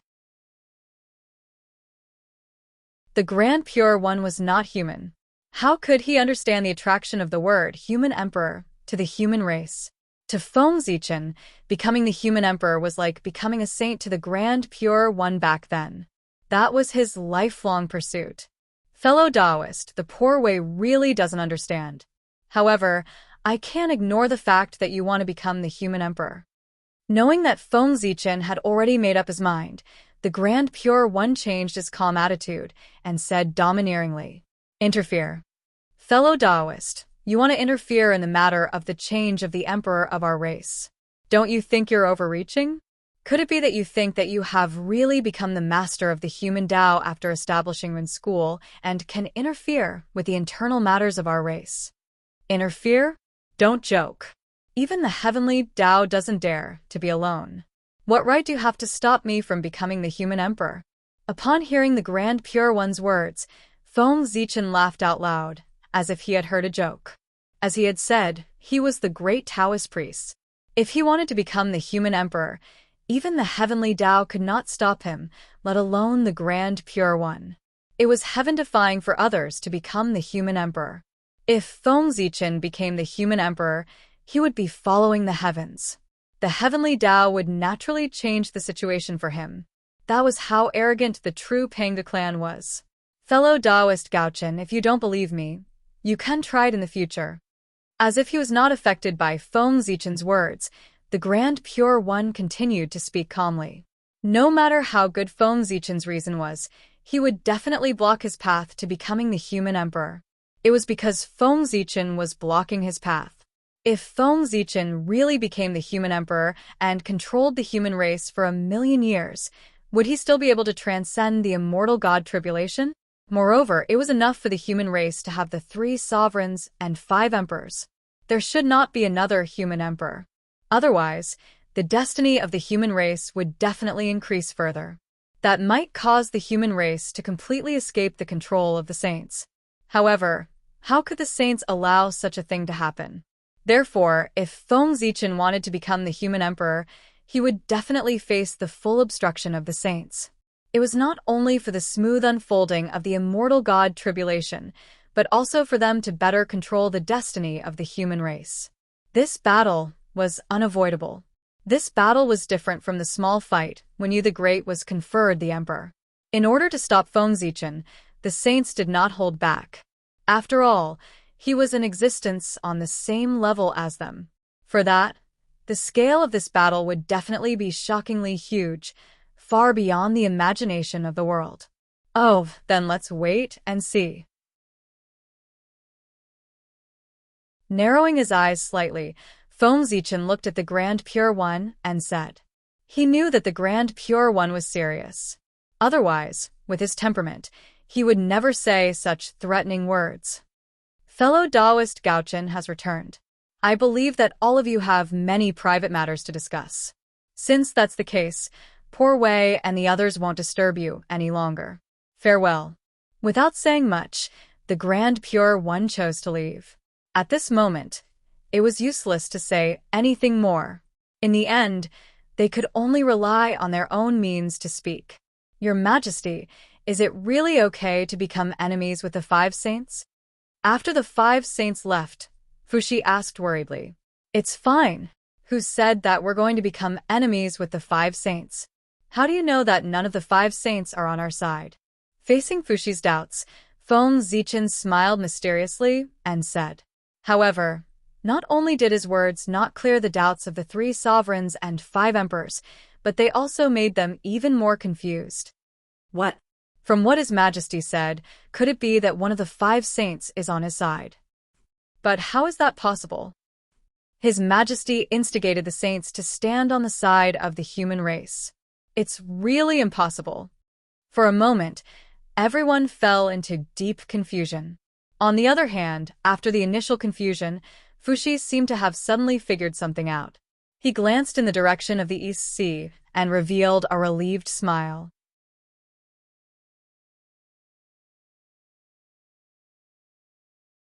Chapter 731. After all, he was one of the few wise men in the primordial world. Just from Feng Zichen's words, Fushi could roughly guess his plan. However, even though he had a guess in his heart, Fushi did not say it out loud. It was good that he was clear about this matter. Once he said it out loud, it would inevitably cause unknown changes. Everyone, the human race, still has things to deal with, so I won't stay here for long. When everything is over, let's have a good gathering. After chatting with the 3 sovereigns and 5 emperors for a while, Feng Zichen said goodbye. "Your Majesty, you can go ahead if you have something to do." Seeing that Feng Zichen was about to leave, the 3 sovereigns and 5 emperors hurriedly stood up to send him off. "It's a pity that we're trapped in the fire cloud cave and can't leave easily. We can't help your Majesty much. We can only watch your Majesty run around for the human race alone. Otherwise, we'll definitely have a good fight with that saint." Outside the fire cloud cave, Fushi said regretfully as they were about to part ways. Although the 3 sovereigns were absolute saints and had the same status as saints, it was not without a price. Although it was said that they were cultivating in seclusion in the fire cloud cave, they were actually suppressing the destiny of the human race in the fire cloud cave and could not leave easily. In other words, the 3 sovereigns and 5 emperors were trapped in the fire cloud cave. They could only leave for a short time when the human race faced a great calamity. They could not leave at all other times. For this reason, even if the 3 sovereigns and 5 emperors wanted to go down to the lower realm to help Feng Zichen, they could not do it. Haha. Fellow Taoists, don't be anxious. You won't be free for long. When the 5 saints can't do anything to me even after using all their means, they will definitely launch a great calamity of the world to interrupt my path to the human emperor realm. At that time, it'll be time for you to make a move." Hearing Fushi's complaint, Feng Zichen laughed and said, "At the moment, the 3 sovereigns and 5 emperors did not have the chance to leave the fire cloud cave. However, when the battle between Feng Zichen and the sage became more and more serious, it would be difficult for the 3 sovereigns and 5 emperors to not take action. The chaotic battle between Primordial Chaos, Zenith, Heaven, Golden Immortals was an unimaginable calamity for the entire untainted land, not to mention the human clan. When the great calamity arose and the human race was in danger, the 3 sovereigns and 5 emperors naturally had to walk out of the fire cloud cave and carry out their duty to save the world. Haha, if what your Majesty said is true, then Fushi is looking forward to the arrival of that moment." Fushi chuckled and said with great yearning, "Don't worry, I won't keep you waiting for too long." After finishing his last sentence, Feng Zichen's figure slowly dissipated. He had already left the fire cloud cave and returned to the capital of the Shang dynasty. On the other side, after leaving the fire cloud cave, the Grand Pure One's expression became unusually ugly. He was no longer as calm and composed as when he faced Feng Zichen previously. Clearly, the Grand Pure One was not as confident as he appeared to be in stopping Feng Zichen from becoming the human emperor. He was not completely confident that he could stop Feng Zichen. That was different from stopping Yu the Great from becoming an emperor. Yu the Great was going against the heavens to become an emperor. The saints had the mandate of heaven, so they could naturally stop him from becoming an emperor without any pressure. However, Feng Zichen was different. From the moment he decided to become the human emperor, the heavenly Tao had already tacitly agreed to his identity. It was waiting for him to gather enough luck so that it could crown him as an emperor. At that moment, if the saints attacked Feng Zichen, the heavenly Tao would not stop them, but it would not help them either. In other words, in the battle between the saints and Feng Zichen, the heavenly Tao would choose not to help either side. The outcome would depend on the methods of both sides and who was better. Facing Feng Zichen, who was blessed by the destiny of the human race, the thought of it made one's scalp tingle. If the saints wanted to win this battle, it would be difficult. That was because they had to face not only Feng Zichen, but also countless experts of the human race. Who in the world would dare to disobey the Saint Emperor's orders? At that time, Feng Zichen would give an order. The experts of the human race who had been in seclusion for many years would probably jump out one after another and come to the capital of the Great Shang dynasty to pay respects to the Saint Emperor. No one would doubt Feng Zichen's appeal. The human experts would definitely carry out every order he gave. In fact, the saints were still worried. Were the human experts the only ones who responded to Feng Zichen's orders? One had to know that Feng Zichen was the God-fiend Tao ancestor. Over the years, many experts had been born in the Tao of the God-fiend. If they also responded to Feng Zichen's orders, their scalps would go numb just thinking about it. Feng Zichen had such a huge force in his hands. What about the saints? What kind of power did they have in their hands? Yes, they had 4 sects in their hands: Ren School, Chan School, Jie School, and the Western sect. However, even if all these powers were added together, they were far from being comparable to the power in Feng Zichen's hands. Not to mention anything else, just the human race alone had hundreds of Daluo Taoist priests. But what about the 4 sects? There were many Daluo Jingxian, but there were only 4 Daluo Taoist priests. Xiandu of Ren School, Daoist Randang of Chan School, Xianqing and Duo Bao of Jie School, and none of the Western sect. That's not right. It was not that the Western sect did not have any. In the past, the Western sect still had a few Daluo Taoist priests. Unfortunately, when Feng Zichen killed the Western sect back then, he killed all of them. He did not know if they had been resurrected. The 4 sects were huge and had countless disciples, but there were only 4 Daluo Taoist priests. It was embarrassing. Moreover, not everyone could use the 4 Daluo Taoist priests. Xiandu of Ren School was from the human race and was Feng Zichen's childhood friend. If the 4 sects really fought with Feng Zichen, it would be good if Xiandu did not help Feng Zichen.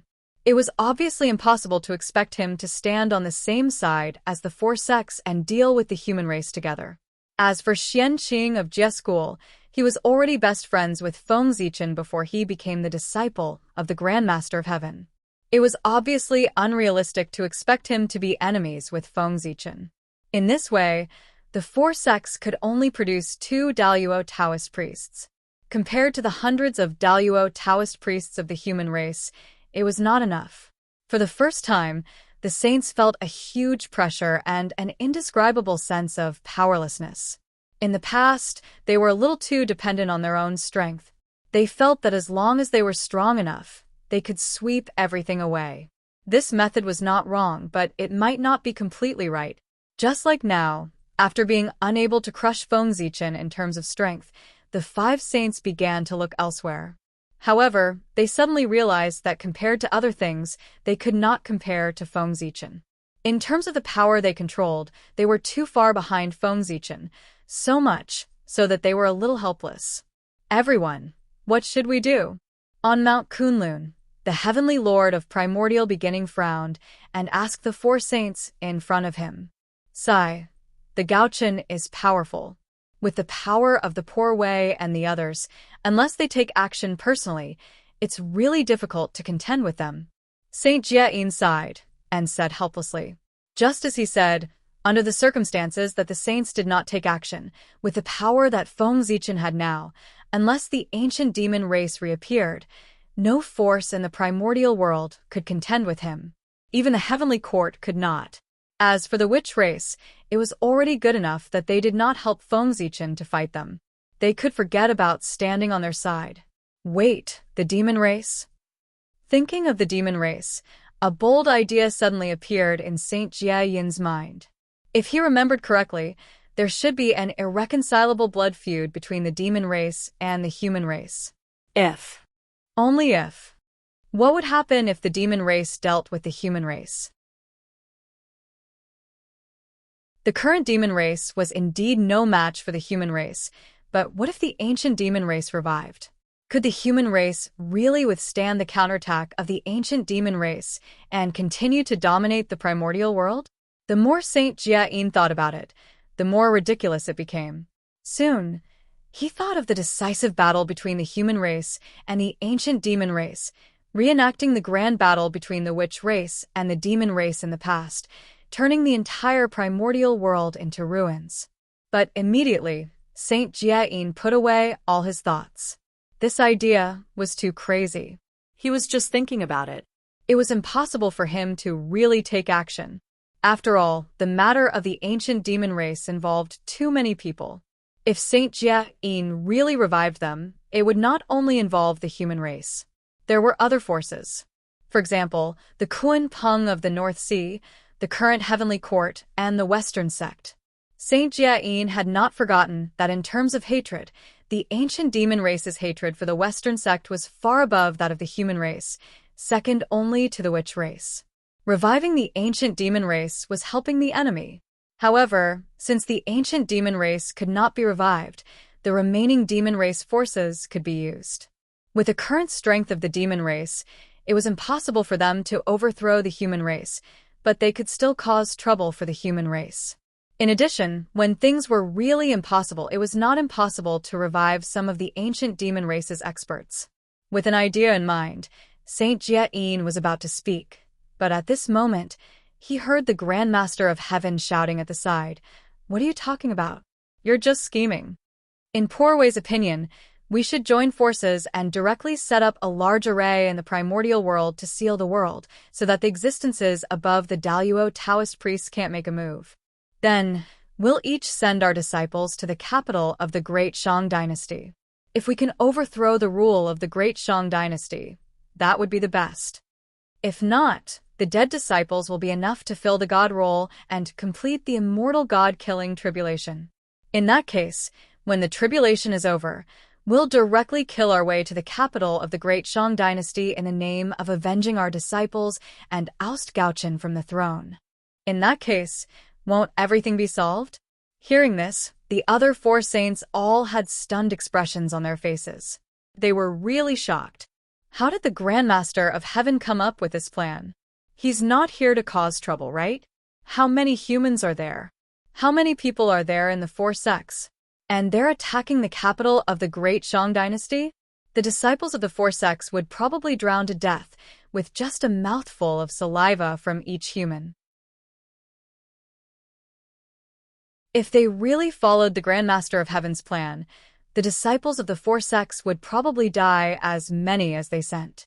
The Grand Master of Heaven's words were indeed intentional. His idea was very simple. If they really followed his plan, the disciples of the four sects would definitely come out in full force and be involved in the immortal god-killing tribulation. In that case, whoever entered the god role could only depend on fate. It could be said that it was very fair. Unfortunately, although this plan was good, it was unrealistic. Third brother, be careful with your words. The human race can mobilize millions of Tai Jingxian at any time. With such strength, how can the disciples of the four sects compete with the human race? At this moment, the Grand Pure One said helplessly. He could guess a thing or two about the Grand Master of Heaven's idea. This method was indeed fair, but other than the Grand Master of Heaven, no one would agree. Moreover, even if everyone agreed, this plan would not succeed. Not to mention anything else, they could not even set up a large formation to lock down the world. Did they really think that Feng Zichen did not have any allies? As soon as they set up the formation, Nuwa, Goddess Hutu, and Emperor Ziwei would probably interfere and stop them from succeeding. At that time, it would be another problem. Sigh. The Grandmaster of Heaven also knew that his plan was a little presumptuous. Therefore, after sighing, he did not say anything else. With our current strength, I'm afraid we can't stop the North Star from becoming the human emperor. Therefore, we can only do it from another angle. In the Poor Way's opinion, if the North Star wants to become the human emperor, it can only continue to strengthen the Great Shang dynasty. Through this, it can gather enough providence to form the fruit of the human emperor.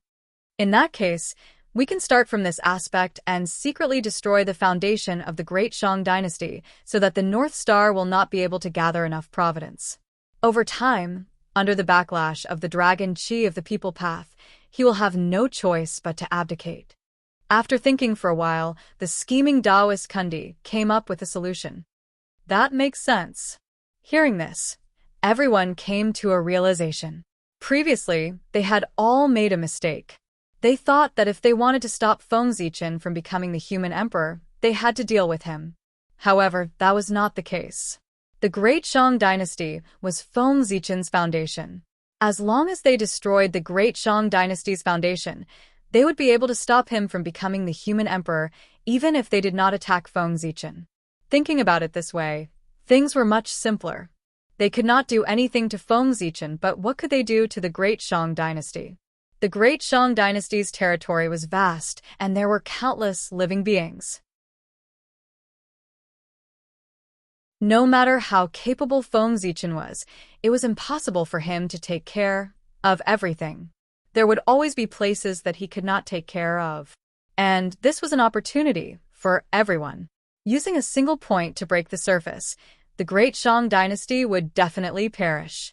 After confirming the general direction, everyone began to discuss in the Kunlun Mountain Jade Void Palace to perfect their next plan. After leaving the Fire Cloud Cave, Feng Zichen returned to the Great Shang dynasty's capital. The first thing that the human emperor had to do was to receive an audience from the various human factions to have a clear understanding of the current situation of the human race. Then, he had to wait for the representatives of the myriad races to come and pay their respects to the human race to show the dignity of the human emperor. The human emperor was not only the emperor of the human race, but he was also the ruler of all races and the emperor of all spirits. When the human emperor appeared, the myriad races would naturally come to pay their respects to him to show their respect. If any race dared to not come, it would be even easier to deal with them. They would directly send troops to attack them and use their blood to establish the supreme dignity of the human emperor. P.S. The next chapter is at night, the very late kind.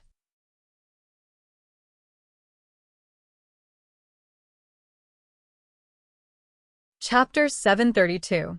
In the Human King Palace, Feng Zichen sat on the throne and accepted the worship of the representatives of the human clan. At this moment, the news that he was the reincarnation of Emperor Gaochen had spread among the Daluo Taoist priests. Therefore, after knowing this, the human clan in the ancestral land, the human clan in the Seven Stars continent, the human clan in the Heaven realm, and the human clan in the Undying Volcano, people from all walks of life sent representatives to the Shang capital to worship the human emperor. Even the Sorcerer clan, the Dragon clan, the Phoenix clan, and other Khanate clans sent representatives to the capital. For a time, the capital of the Shang dynasty became the focus of all living beings in the untainted land. Greetings, Your Majesty. Seeing the familiar face, the elders of the human clan in the palace knelt on the ground and kowtowed to Feng Zichen. Greetings, Your Majesty. Seeing this, the juniors of the human clan who had never seen Feng Zichen also knelt down and kowtowed. You may rise. Feng Zichen raised his hand gently and helped everyone up. Greetings, Your Majesty. After everyone got up, they kowtowed to Feng Zichen again. However, this time, they did not kowtow. Yes, I'm back. Everyone, it's been a long time. Looking at the familiar faces below, Feng Zichen felt a little emotional. As time passed, there were fewer and fewer people in the human clan who were familiar with him. Perhaps, if he did not show up for a long time, the human clan would forget him one day. Time. It was the most terrifying weapon in the world. First, he reminisced about the past glory of the human clan. Then they talked about business. Your Majesty, since you have become the human emperor, when will you go to the ancestral land and take control of the human emperor palace again? At this time, Feng Kangmeng stepped forward and asked. In his opinion, it was extremely inappropriate for Feng Zichen to still be in the capital of the Shang dynasty. Since ancient times, the human emperors had ruled the world from their ancestral palace. Only there, protected by the earth veins, the stars in the sky, and the chi of heaven and earth gathered there, was worthy of the identity of the human emperor. On the other hand, the imperial capital of the great Shang dynasty was merely the land of the king. It could raise the king of men, but it could not raise the emperor of men. The human emperor felt a little wronged here. That's true. It's been a long time since I've been to the human emperor palace. It's time for me to go back and take a look. Hearing this, Feng Zichen paused for a moment before replying. The human emperor palace was established by him back then. The rule of the human emperor ruling there was also set by him. Now that he had become Ren Huang, he naturally had to return to the human emperor palace. It was inappropriate for him to stay in human palace. Furthermore, even if all races were to pay homage to the human emperor, they would not come to the capital of Grand Shang. Instead, they would go to the ancestral land of the human race. Because this was the rule. Everyone pass down my orders. I will return to the human race's ancestral land soon and take charge of the human sovereign palace. With a thought, Feng Zichen ordered. Yes. When everyone heard this, they naturally had no objections and responded in unison. After receiving the order, the next thing to do was to arrange for the human emperor to return to the human emperor palace. On the shore of the East Sea, in the human race's ancestral land. At this moment, there were tens of thousands of golden rays and multicolored light. Hundreds of Taoist priests of the human race appeared together and escorted an ancient emperor back to the ancestral land. Buzz. Buzz. Buzz. Sensing the familiar aura, everything in the ancestral land began to tremble. There was a faint sense of excitement reverberating in the air. The spirits prostrated themselves on the ground as if they were worshipping and welcoming the return of their emperor. Emperor. With the arrival of Feng Zichen, the human race in the ancestral land began to cheer and praise his name. It was as if they were expressing the joy in their hearts. Rumble. At this moment, the human race's ancestral land began to shake. Dazzling human path, light shot up into the sky and shook the earth. The human path in the unseen world seemed to have been summoned and suddenly appeared in the human race's ancestral land. An indescribable yet extremely shocking power suddenly descended upon them. At this moment, the living beings in the ancestral land were all encouraged and gained great courage. The human path had descended. Although they did not notice any abnormalities, the moment the inspiring power descended, everyone understood that the human path had descended. Whoosh, wisps of light emerged from the void and condensed into a dazzling divine halo. It hung behind Feng Zichen's head, making him look even more sacred. This was the human path halo, a gift from the human path to Feng Zichen. With this halo, no one below the primordial chaos could hurt Feng Zichen. Under the primordial chaos, any divine abilities, spells, and curses were ineffective against him.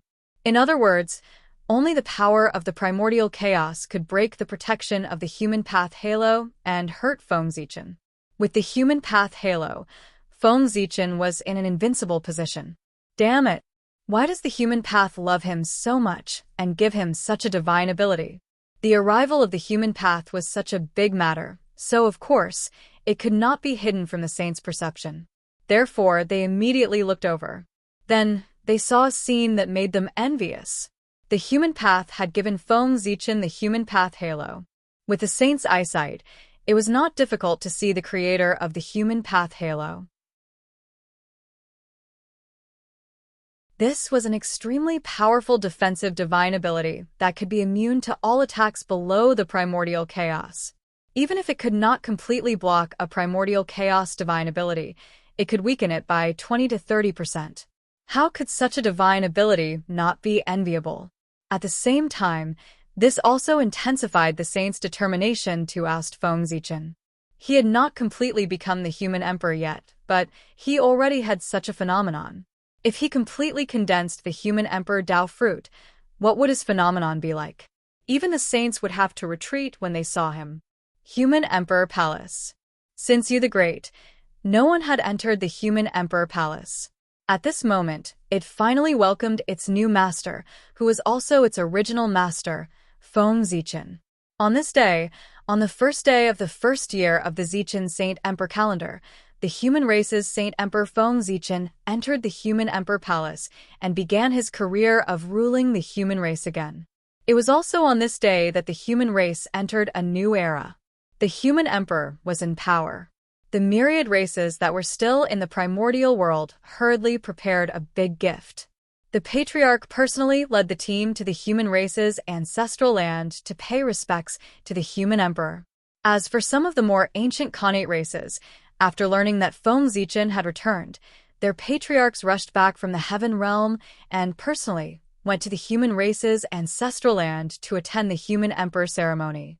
Even the patriarch was not qualified to come here. This was because the more ancient the race, the more they knew how terrifying Feng Zichen was. He was someone who dared to fight with the Eastern Emperor before he attained the Tao. He had even killed his way to the Western sect alone. The consequences of offending him were probably more serious than offending the saint. On the other hand, some of the younger races did not pay much attention to Feng Zichen because they did not know much about him. They casually sent their clansmen over. However, no one dared not to pay respects to the human emperor, even though they did not pay attention to him. Even if the younger generation was not sensible, they were not fools. When they saw so many people of the older generation going to pay homage to the human emperor, they naturally understood that the other party had a great background and was far from being someone they could provoke. After the worship of the myriad races, Feng Zichen finally had time to deal with the human race's matters. Next, he began to carry out a bold reform of the human race. First, he had to repair the teleportation array. In the past, under Feng Zichen's suggestion, the ancestral Magus Emperor Jiang had used his supreme divine ability to set up teleportation arrays on all the space nodes in the primordial world, thus connecting the entire primordial world to the primordial world. This was a great achievement. Therefore, after completing this feat, the ancestral Magus Emperor Jiang had a deeper understanding of the Tao of space and obtained the opportunity to become a primordial chaos immortal. The appearance of the teleportation array was indeed convenient for all living beings in the primordial world. However, the good times did not last long. With the outbreak of the battle between the Magi and the demon race, it actually triggered a world-destroying catastrophe, causing the world to be in danger of being overturned. Since the world was about to be destroyed, those teleportation arrays naturally could not be spared. When the great divine abilities succeeded in saving the world, the teleportation array set up by the ancestral Magus Emperor Jiang was almost destroyed. After that, no one was willing to repair these teleportation arrays. Over time, this matter was gradually forgotten by the world. But now, in order to better develop the human race, Feng Zichen decided to repair those teleportation arrays and upgrade them as a whole. According to Feng Zichen's idea, he wanted to change those teleportation arrays into teleportation doors and create void passageways in the void to connect these doors to each other. This way, it would be more troublesome, but it was safer.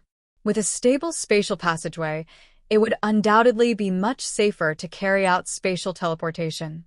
Perhaps even mortals could use the teleportation door to travel to the primordial world. The teleportation array set up by the ancestral Magus Emperor Jiang could be said to be exquisite. It displayed his achievements in the Tao of space. Even the current Feng Zichen did not dare to say that he could defeat him in the Tao of space. However, although the teleportation array was exquisite, humans could not use it. To be precise, mortals could not use it.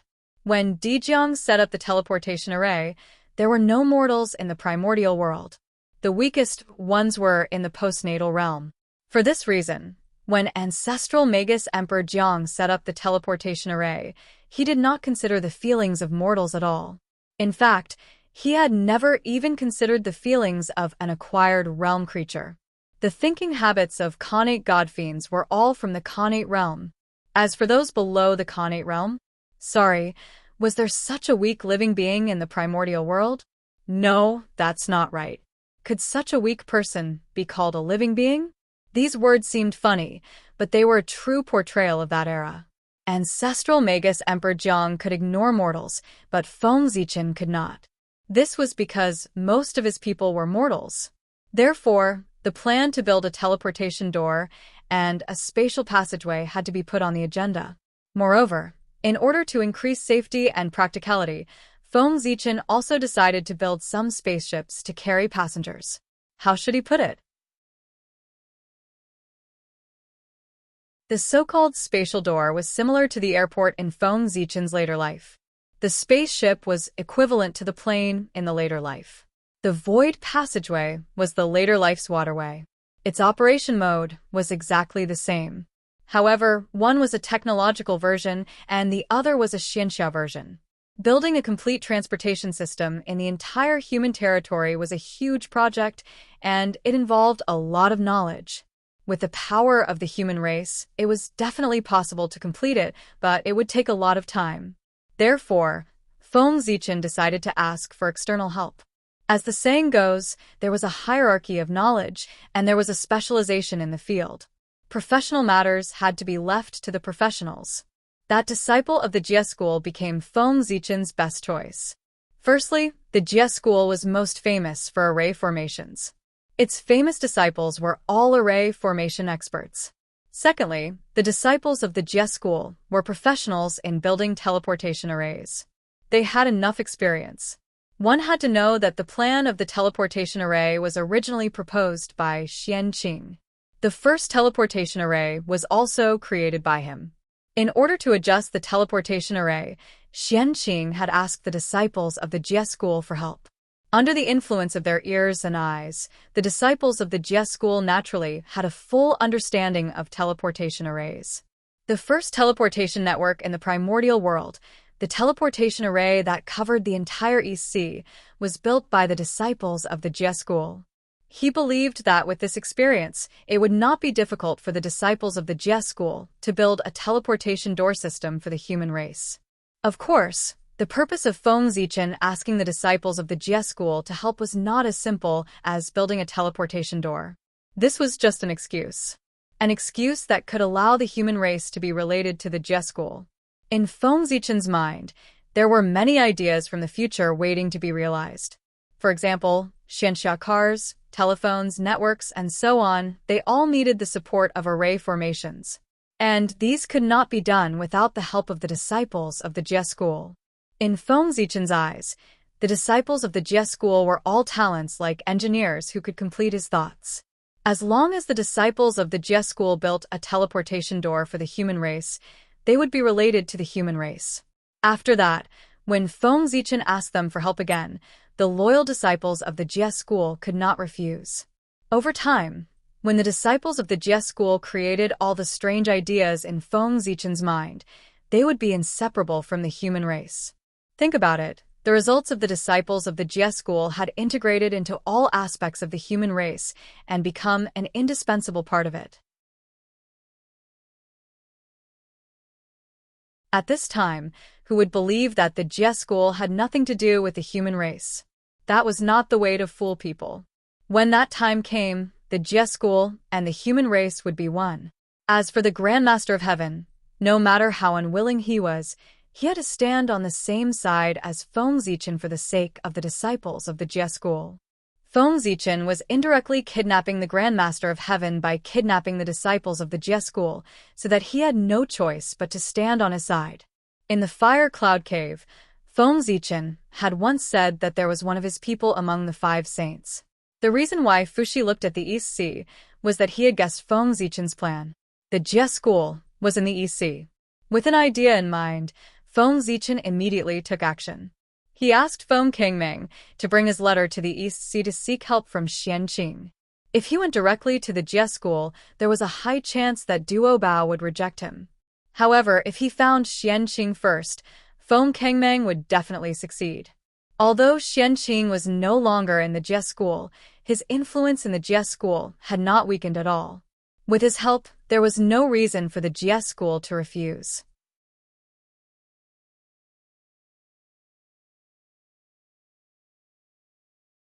Chapter 733.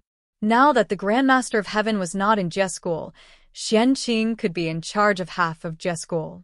That gave Feng Zichen a lot of room to operate. He could do whatever he wanted. Anyway, Duo Bao would not go against Xianqing. When the Grandmaster of Heaven returned from Kunlun Mountain, he would probably realize that Jie school was no longer the Jie school he knew. Instead, it was the Jie school of the human race. When Feng Kangmang rushed to the Three Immortal Island, Xianqing already had a plan. He walked out of the cave abode calmly and used a special method to gather the disciples of Jie school who were familiar with him. Building a teleportation portal for the human race was a matter of great merit. Naturally, not everyone was qualified to participate. Those who could participate in this operation did not have to be virtuous. At the very least, they had to have no bad records. That was enough to exclude most of the disciples of Jie school. The disciples of Jie school were a mix of fish and dragons. There were ascetic cultivators who pursued the Tao wholeheartedly, carefree immortals who focused on studying the 100 arts, and quiet immortals, however. Most of them were demons and ghosts. It was these demons and ghosts who did not cultivate etiquette, did not respect the rules, and killed without permission. It could be said that they had a lot of bad records.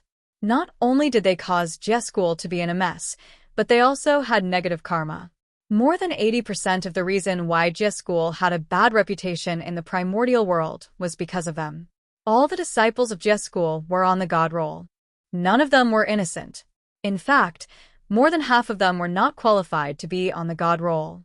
Those with deep negative karma did not even have the qualifications to be on the list. It was their fate that they could not escape from turning into ashes in the killing tribulation. The great tribulation of heaven and earth was targeted at them. What was the great tribulation of heaven and earth? It was because there was too much karma in the world, too chaotic, and too heavy that the heavenly Tao could not withstand it. Therefore, the heavenly Tao launched a great tribulation, causing the primordial world to change and the world to collapse to complete the goal of cleaning up all karma. When the great tribulation erupted, the first to be targeted were those with deep negative karma. If they did not die in the tribulation, who would die in the tribulation? They could not let those who had contributed die, right? Those with deep negative karma were people who had committed many evil deeds. It was a worthy death for them to die in the tribulation. It also happened to show the fairness of the heavenly Tao. Usually, the heavenly Tao might not pay attention to you when you committed all kinds of evil. However, once the great calamity erupted, these people would be the primary targets of the heavenly Tao. This was the so-called good will be rewarded with good, and evil will be repaid with evil. It's not that there's no retribution, it's just that it's not time yet. Therefore, in life, one should not seek to do many good deeds, but one should seek not to do any bad deeds. After receiving Xianqing's message, the disciples of the Jie school who were familiar with him did not dare to be negligent. They put down what they were doing and rushed to Penglai Island. On the other hand, Xianqing wasn't idle either. He was busy preparing the banquet. Since the disciple of the Jie school was here, of course, he had to entertain him first. After he was full, he could talk about business. After being in the primordial world for so many years, Xianqing was more or less affected by the pride of the living beings of the primordial world. When he did things, he was quite particular about ostentation. Before the banquet began, he was already busy. First, he ordered people to go to the orchard to pick immortal fruits. Then, he ordered the boy to take out immortal pills and immortal wine. When Xianqing was done with his preparations, the disciples of the Jie school arrived one after another. The East Sea had an extremely perfect teleportation system. Therefore, it was very convenient for the disciples of the Jie school to come and go. The first to rush over was the three Shao sisters, who were closest to Penglai Island. They were one of the most outstanding disciples of the Jie school. Then, it was the three true disciples of the Grand Master of Heaven, the goddess of Golden Spirit, the goddess of Wudong, and the goddess of Turtle Spirit. These three people had the best relationship with Qianqing. After all, they were the disciples that the Grand Master of Heaven had taken in before he became a saint. They were basically taught by Qianqing. It would be strange if they didn't have a good relationship. After these people, Zhao Gongming, Fairy Hanji, Fairy Rosy Cloud, and the other inner sect disciples also arrived. Although there were many disciples of the Jie school, only a few dozen people that Qianqing had his eyes on could be called over by him. They were either peerless talents, noble characters, or virtuous people. In short, they were all 1 in 100 people of the Jie school. Although these people were few, they could represent the entire Jie school. There were only a few other disciples who could stand shoulder to shoulder with them. Moreover, they were all negative karma and were not valued by Qianqing. After everyone arrived, the banquet began. During the banquet, Qianqing was not in a hurry to talk about business with everyone. Instead, he drank and had fun with everyone first. When the atmosphere was about right, Qianqing said, "Junior brothers, now that I have a matter of great merit on hand, I still lack some help. Are you willing to help? Listen, what is the art of speaking? This is it." Feng Zichen was clearly the one who asked for help from the Jie school. However, when it came to Qianqing, it became a matter of great merit that needed their help. How was this a request? It was clearly a gift. It had completely changed from passive to active. What was a matter of great merit? It was something that was beneficial to the primordial world. Once they participated in such a matter, everyone would more or less be able to share some merit after the matter was completed. And merit was a hard currency in the primordial world. When everyone heard that, they immediately became excited and asked, "Eldest senior brother, don't keep us in suspense. Quickly tell us what the good thing is? Wasn't it a good thing to be able to obtain merit?" Junior brothers, you all know that senior brother and the human emperor are best friends. A few days ago, when senior brother was chatting with him, I heard him mention unintentionally that he wanted to build a huge teleportation system in the human race. When the poor Wei heard that, she thought that this move could not only promote the development of the human race, but also further strengthen the dignity of the human emperor. Isn't it a matter of great merit? At this time, the poor Wei thought that the teleportation system of the East Sea was jointly built by you, junior brothers. Since junior brothers can build the teleportation system of the East Sea, it should not be difficult to build a teleportation system for the human race. Therefore, the poor Wei asked for this matter from the human emperor so that junior brothers can get some merit. What do you think of this matter? After everyone quietened down, Qianqing said slowly. In an instant, the image of a hard-working senior brother who was always considerate of his junior brothers was established by Qianqing. Senior brother has been wronged. It's us who have burdened senior brother and made him lose face in front of his good friends. The disciples of the Jie school were touched when they heard that. At this moment, they had already imagined the scene of Qianqing asking the human emperor for this matter. Such a matter of great merit was extremely precious. If it spread, there would definitely be many people fighting to do it. However, for their sake, their eldest senior brother had actually taken this matter from the hands of the human emperor. Needless to say, even if Qianqing had a good relationship with the human emperor, he must have paid a huge price in order to do this. Thinking of this, everyone was even more touched. We will never forget senior brother's kindness. Everyone thanked Qianqing with a big bow. At this moment, they were all immersed in being touched. No one felt that there was anything wrong with helping the human emperor. In fact, there was nothing wrong with it, because that was what the disciples of the Jie school had always done. Under Qianqing's guidance, the disciples of the Jie school often participated in the development of the human race. Or they made some small inventions to promote the development of the human race. Or they entered the imperial court to help the human emperor govern the world. There were really too many such things. The disciples of the Jie school used this method to obtain merit. Over time, they got used to it. And it was precisely because they were used to this method of obtaining merit that they did not feel that there was anything wrong with Xianqing's words. It had always been like this. What was wrong with it? Hey, junior brothers, please get up. I'm already very satisfied that you don't blame me for agreeing on your behalf. How can I accept your gratitude? Xianqing said hurriedly as he swept out a breeze to help everyone up. What are you saying, senior brother? After hearing such a matter of great merit, senior brother thought of us immediately and did not hesitate to ask for this matter for us. We can't thank you enough. How can we blame you? Even beasts know kindness. If we blame senior brother because of this, wouldn't we be worse than beasts? Yun Xiao hurriedly stepped forward and said agitatedly after hearing Xianqing's words. Yes, yes. Fellow Taoist Yun Xiao is right.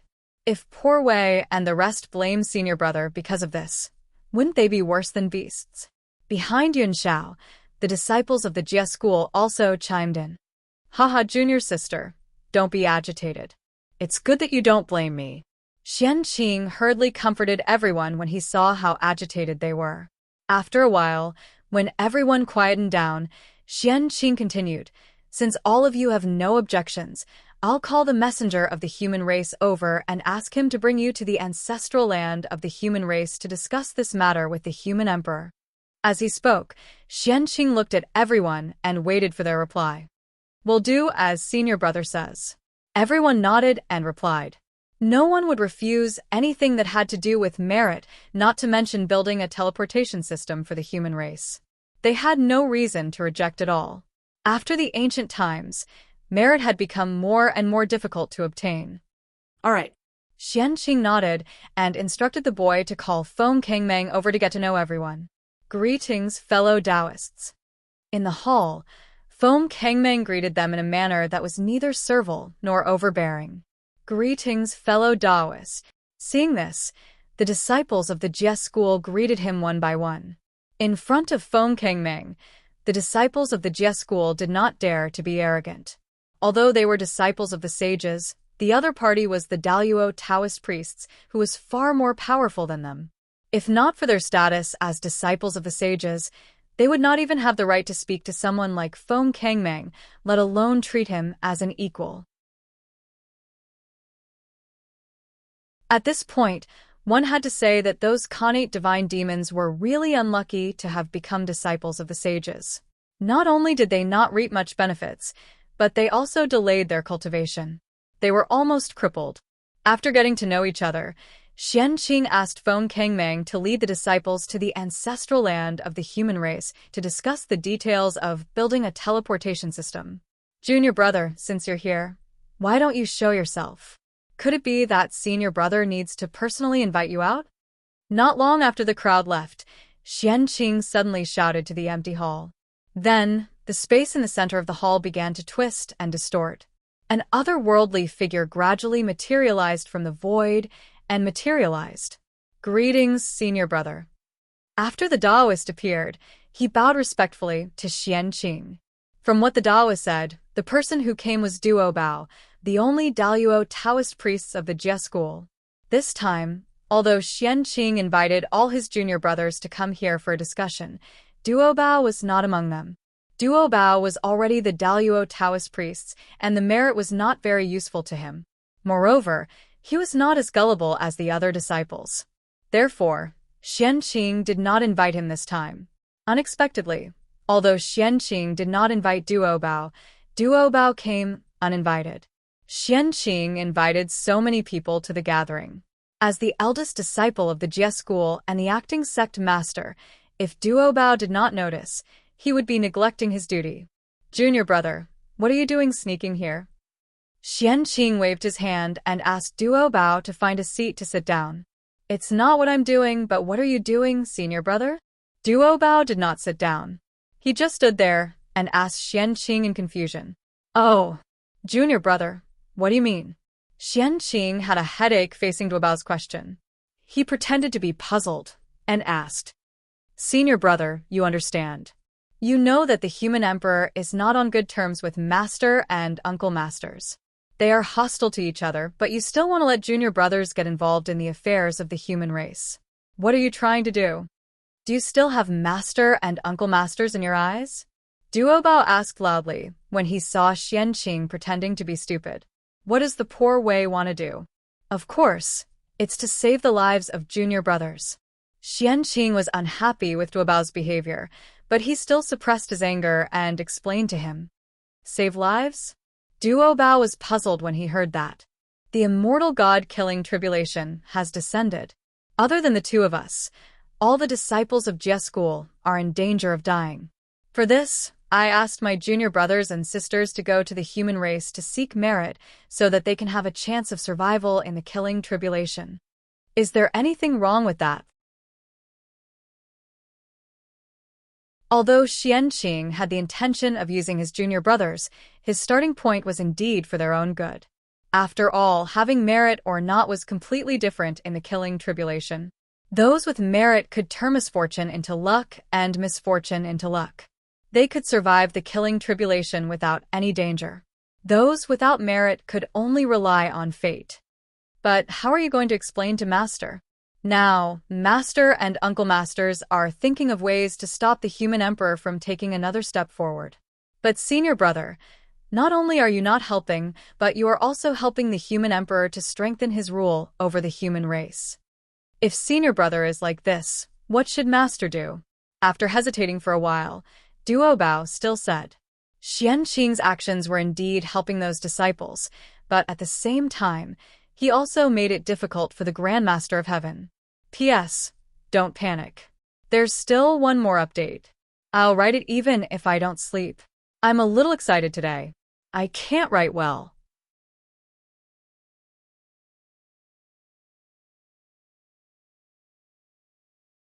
Chapter 734. It was obvious that the elders of the sect were racking their brains to plot against the human emperor. However, as a junior, Xianqing was actually helping the enemy. He kept pulling them back and creating difficulties for their plan. Was that appropriate? Obviously not. There's nothing to explain about that. Even if the poor Wei doesn't let the junior brothers do it, someone else will take over the matter of building a teleportation system for the human race. In the end, it will be done by the human emperor and become his merit. Since the outcome is already decided and we can't change anything, why can't the disciples of the Jie School complete this matter of great merit? It's better to let the disciples of the Jie School benefit than to let outsiders benefit, right? Since Xianqing dared to let the disciples of the Jie School go to the human race to help, he must have thought of an excuse in advance. He would not let anyone catch him. Just as Xianqing had said, the matter of the human emperor building a teleportation system for the human race was a foregone conclusion. Outsiders could not change or destroy it. The karma of destroying great merit was so strong that ordinary people could not bear it. Because they could obtain merit, if the disciples of the Jie School did not go, there would be plenty of people in the primordial world. The human emperor did not have to worry about not being able to build a teleportation system. If the disciples of the Jie School did not go, it would not affect the human emperor's plan. Instead, it would cause them to miss out on merit. Since that was the case, why should the disciples of the Jie School go? If they went, they would only make the Grand Master of Heaven feel uncomfortable, but they would be able to benefit these disciples. However, if they did not go, these disciples would not be able to get anything. Sigh. I already know senior brother's intentions, but it's not easy to explain to Master. Duobao sighed and said helplessly. Since he had already said so much, he had nothing to say. What could he do? Continue to blame Xianqing? It didn't make sense. Xianqing's words were already very clear. What he did just now was completely selfless.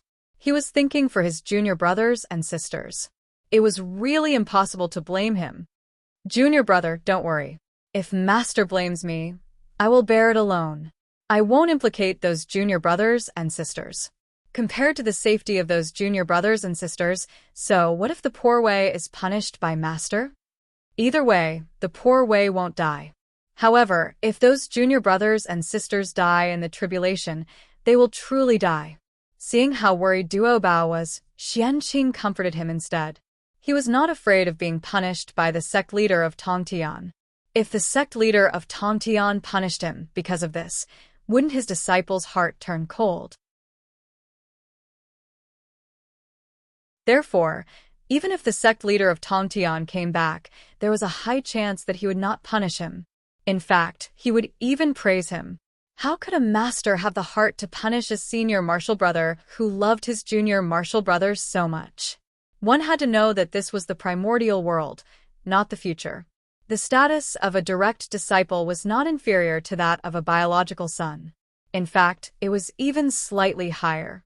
The relationship between orthodoxies was much more stable than the relationship between bloodlines. Senior brother Yu, hearing this, Duo Bao was completely moved. He felt a strong sense of guilt in his heart. His senior martial brother had done so much for his junior martial brothers and sisters, but he still suspected that his senior martial brother's true purpose was to help his good friend, the emperor, attain the Tao. How despicable was that? When he thought of how well Xianqing treated him, the guilt in Duobao's heart grew even stronger.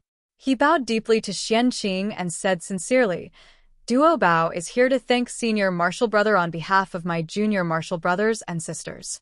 If master wants to punish senior martial brother after he returns, I will plead for senior martial brother, even if I have to risk my life.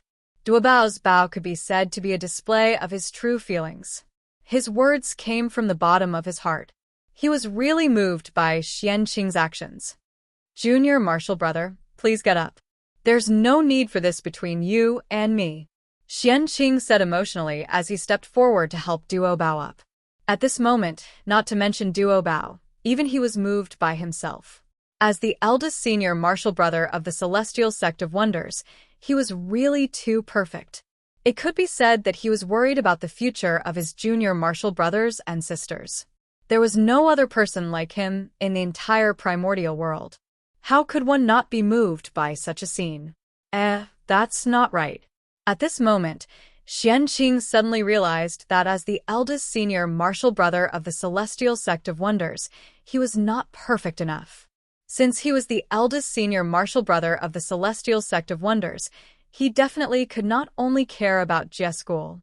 Chan School should also help him a little. Only then could he match his character. Therefore, he had to help the disciples of Chan School. Otherwise, it would inevitably make the Heavenly Lord of Primordial Beginning unhappy. Thinking of this, Xianqing suddenly said to Duo Bao, who was beside him, Junior martial brother, is there anything else? If there's nothing else, why don't you follow me to meet the junior martial brothers of Chan School? Hearing that, Duo Bao could not help but frown. Unlike Xianqing, as the eldest disciple of Jie School, his relationship with the disciples of Chan School was not very good. Senior martial brother, why are you meeting them? One or two of them. They're not big, but they're quite arrogant. They didn't learn anything about Second Uncle Master's ability, but they learned his temper completely. They look down on this and that all day long.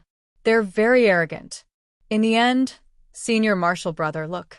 Didn't they provoke someone they can't afford to offend?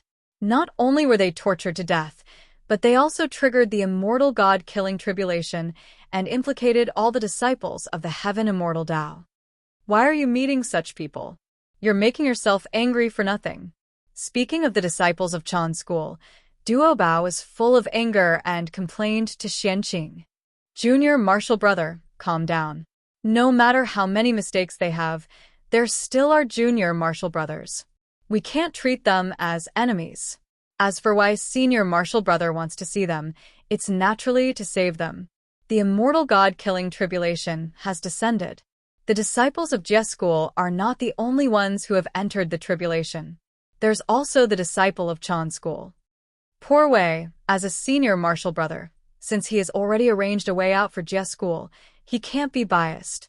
He has to make plans for the disciples of Chan School. Shaking his head, Xianqing said, What? Senior martial brother wants to plan for the disciples of Chan School? As soon as Xianqing finished speaking, Duo Bao exclaimed in disbelief. Even his tone changed, as if he had been greatly shocked. That's right. Xianqing nodded and said affirmatively. Then, He used his divine ability and summoned the disciples of Chan school to see him. As the eldest senior martial brother of the Xian sect, Xianqing naturally had the means to contact all the disciples of the Xian sect.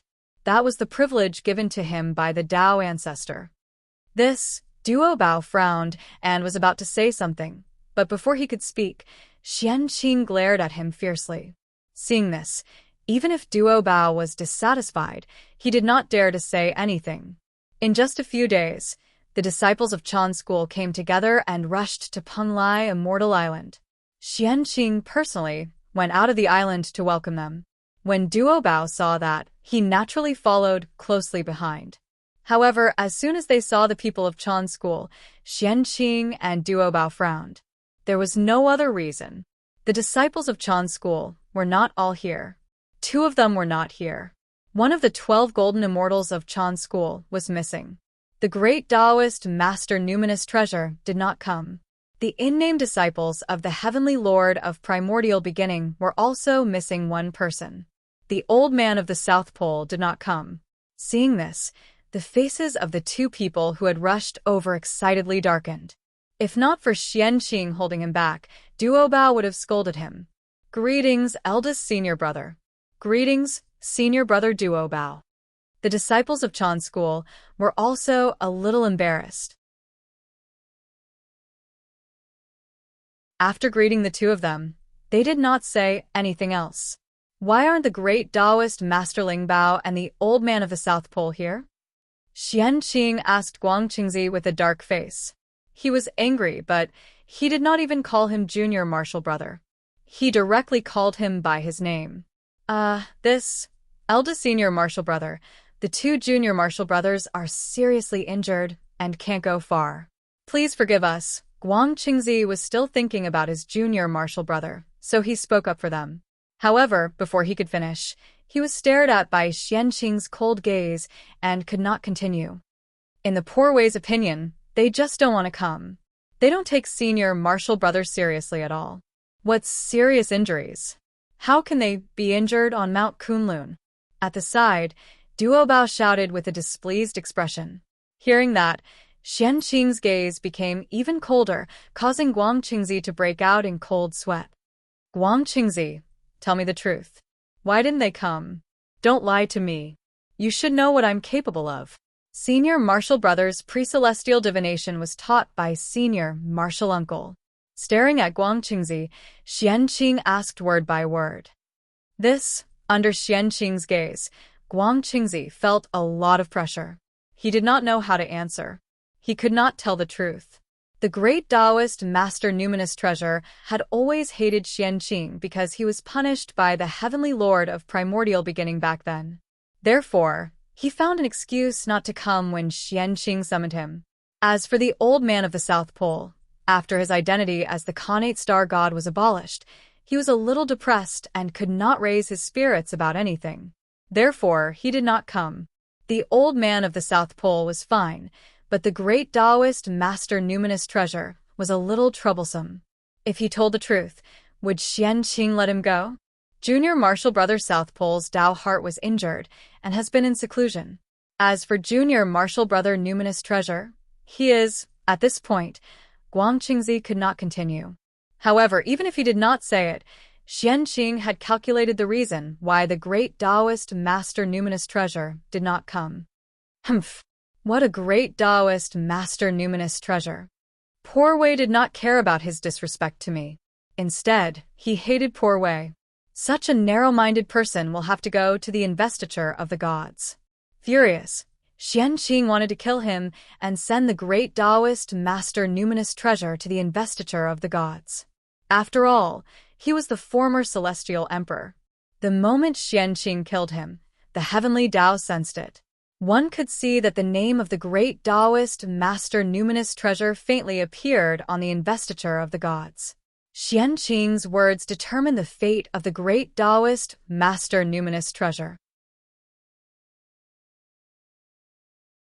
However, it was true that no one knew about this because Feng Zichen, Hao Tian, and Lei Zhe had joined forces to set up layers of seals on the god rank roll, and it completely eliminated the possibility of others spying on it.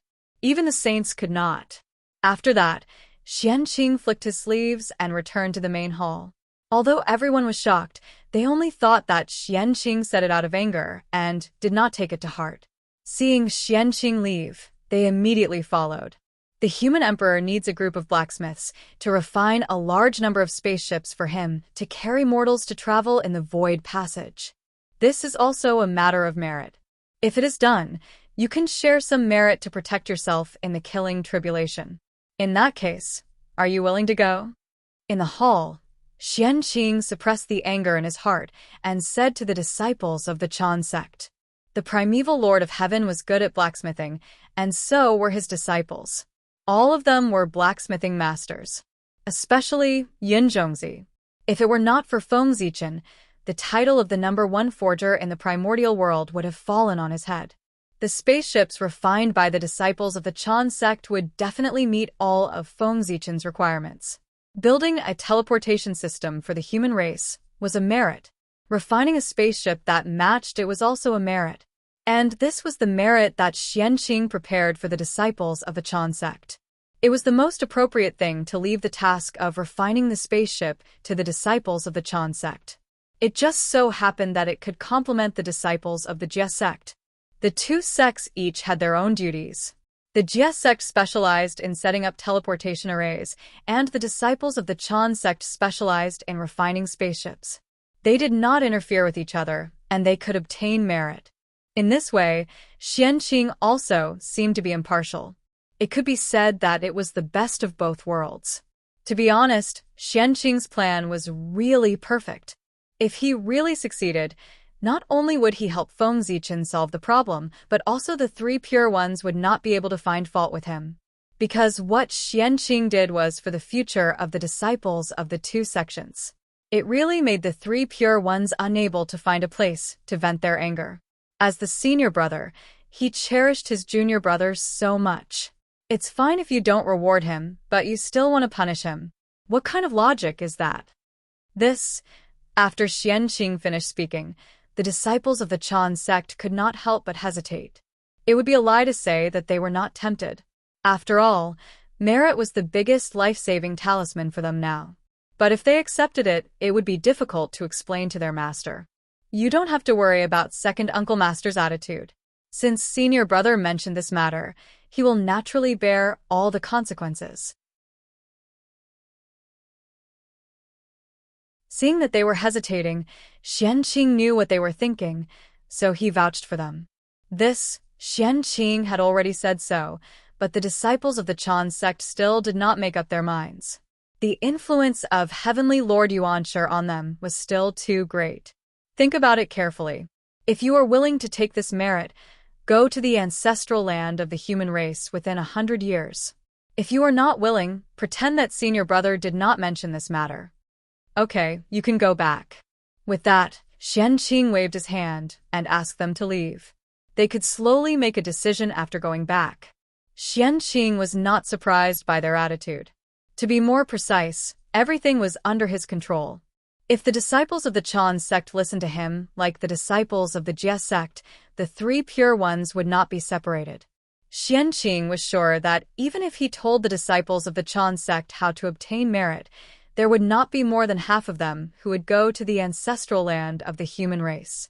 The disciples of the Chan sect had a different way of thinking from others. It was difficult for outsiders to understand. Only they could guess it. Xianqing could only guess roughly. At this time, there was a problem. Xianqing knew that he could not persuade the disciples of the Chan sect, so why did he do something useless? The answer was naturally that he was putting on a show. He was putting on a show for the three pure ones to play the role of a responsible senior brother. Moreover, he had worked hard to plan for the disciples of the Chan sect. Heavenly Lord Yuanshi naturally had to accept his kindness. As for whether the disciples of the Chan sect would accept his kindness, that was another matter. You're tuning in to the Dreamy Chapters YouTube channel. We're so grateful for your support, and don't forget to subscribe to join us on this incredible journey through captivating stories. Your generosity through donations truly makes a world of difference, as it's the primary source of revenue that allows me to expand and enhance this channel for you. Thank you from the bottom of my heart for being a part of this adventure.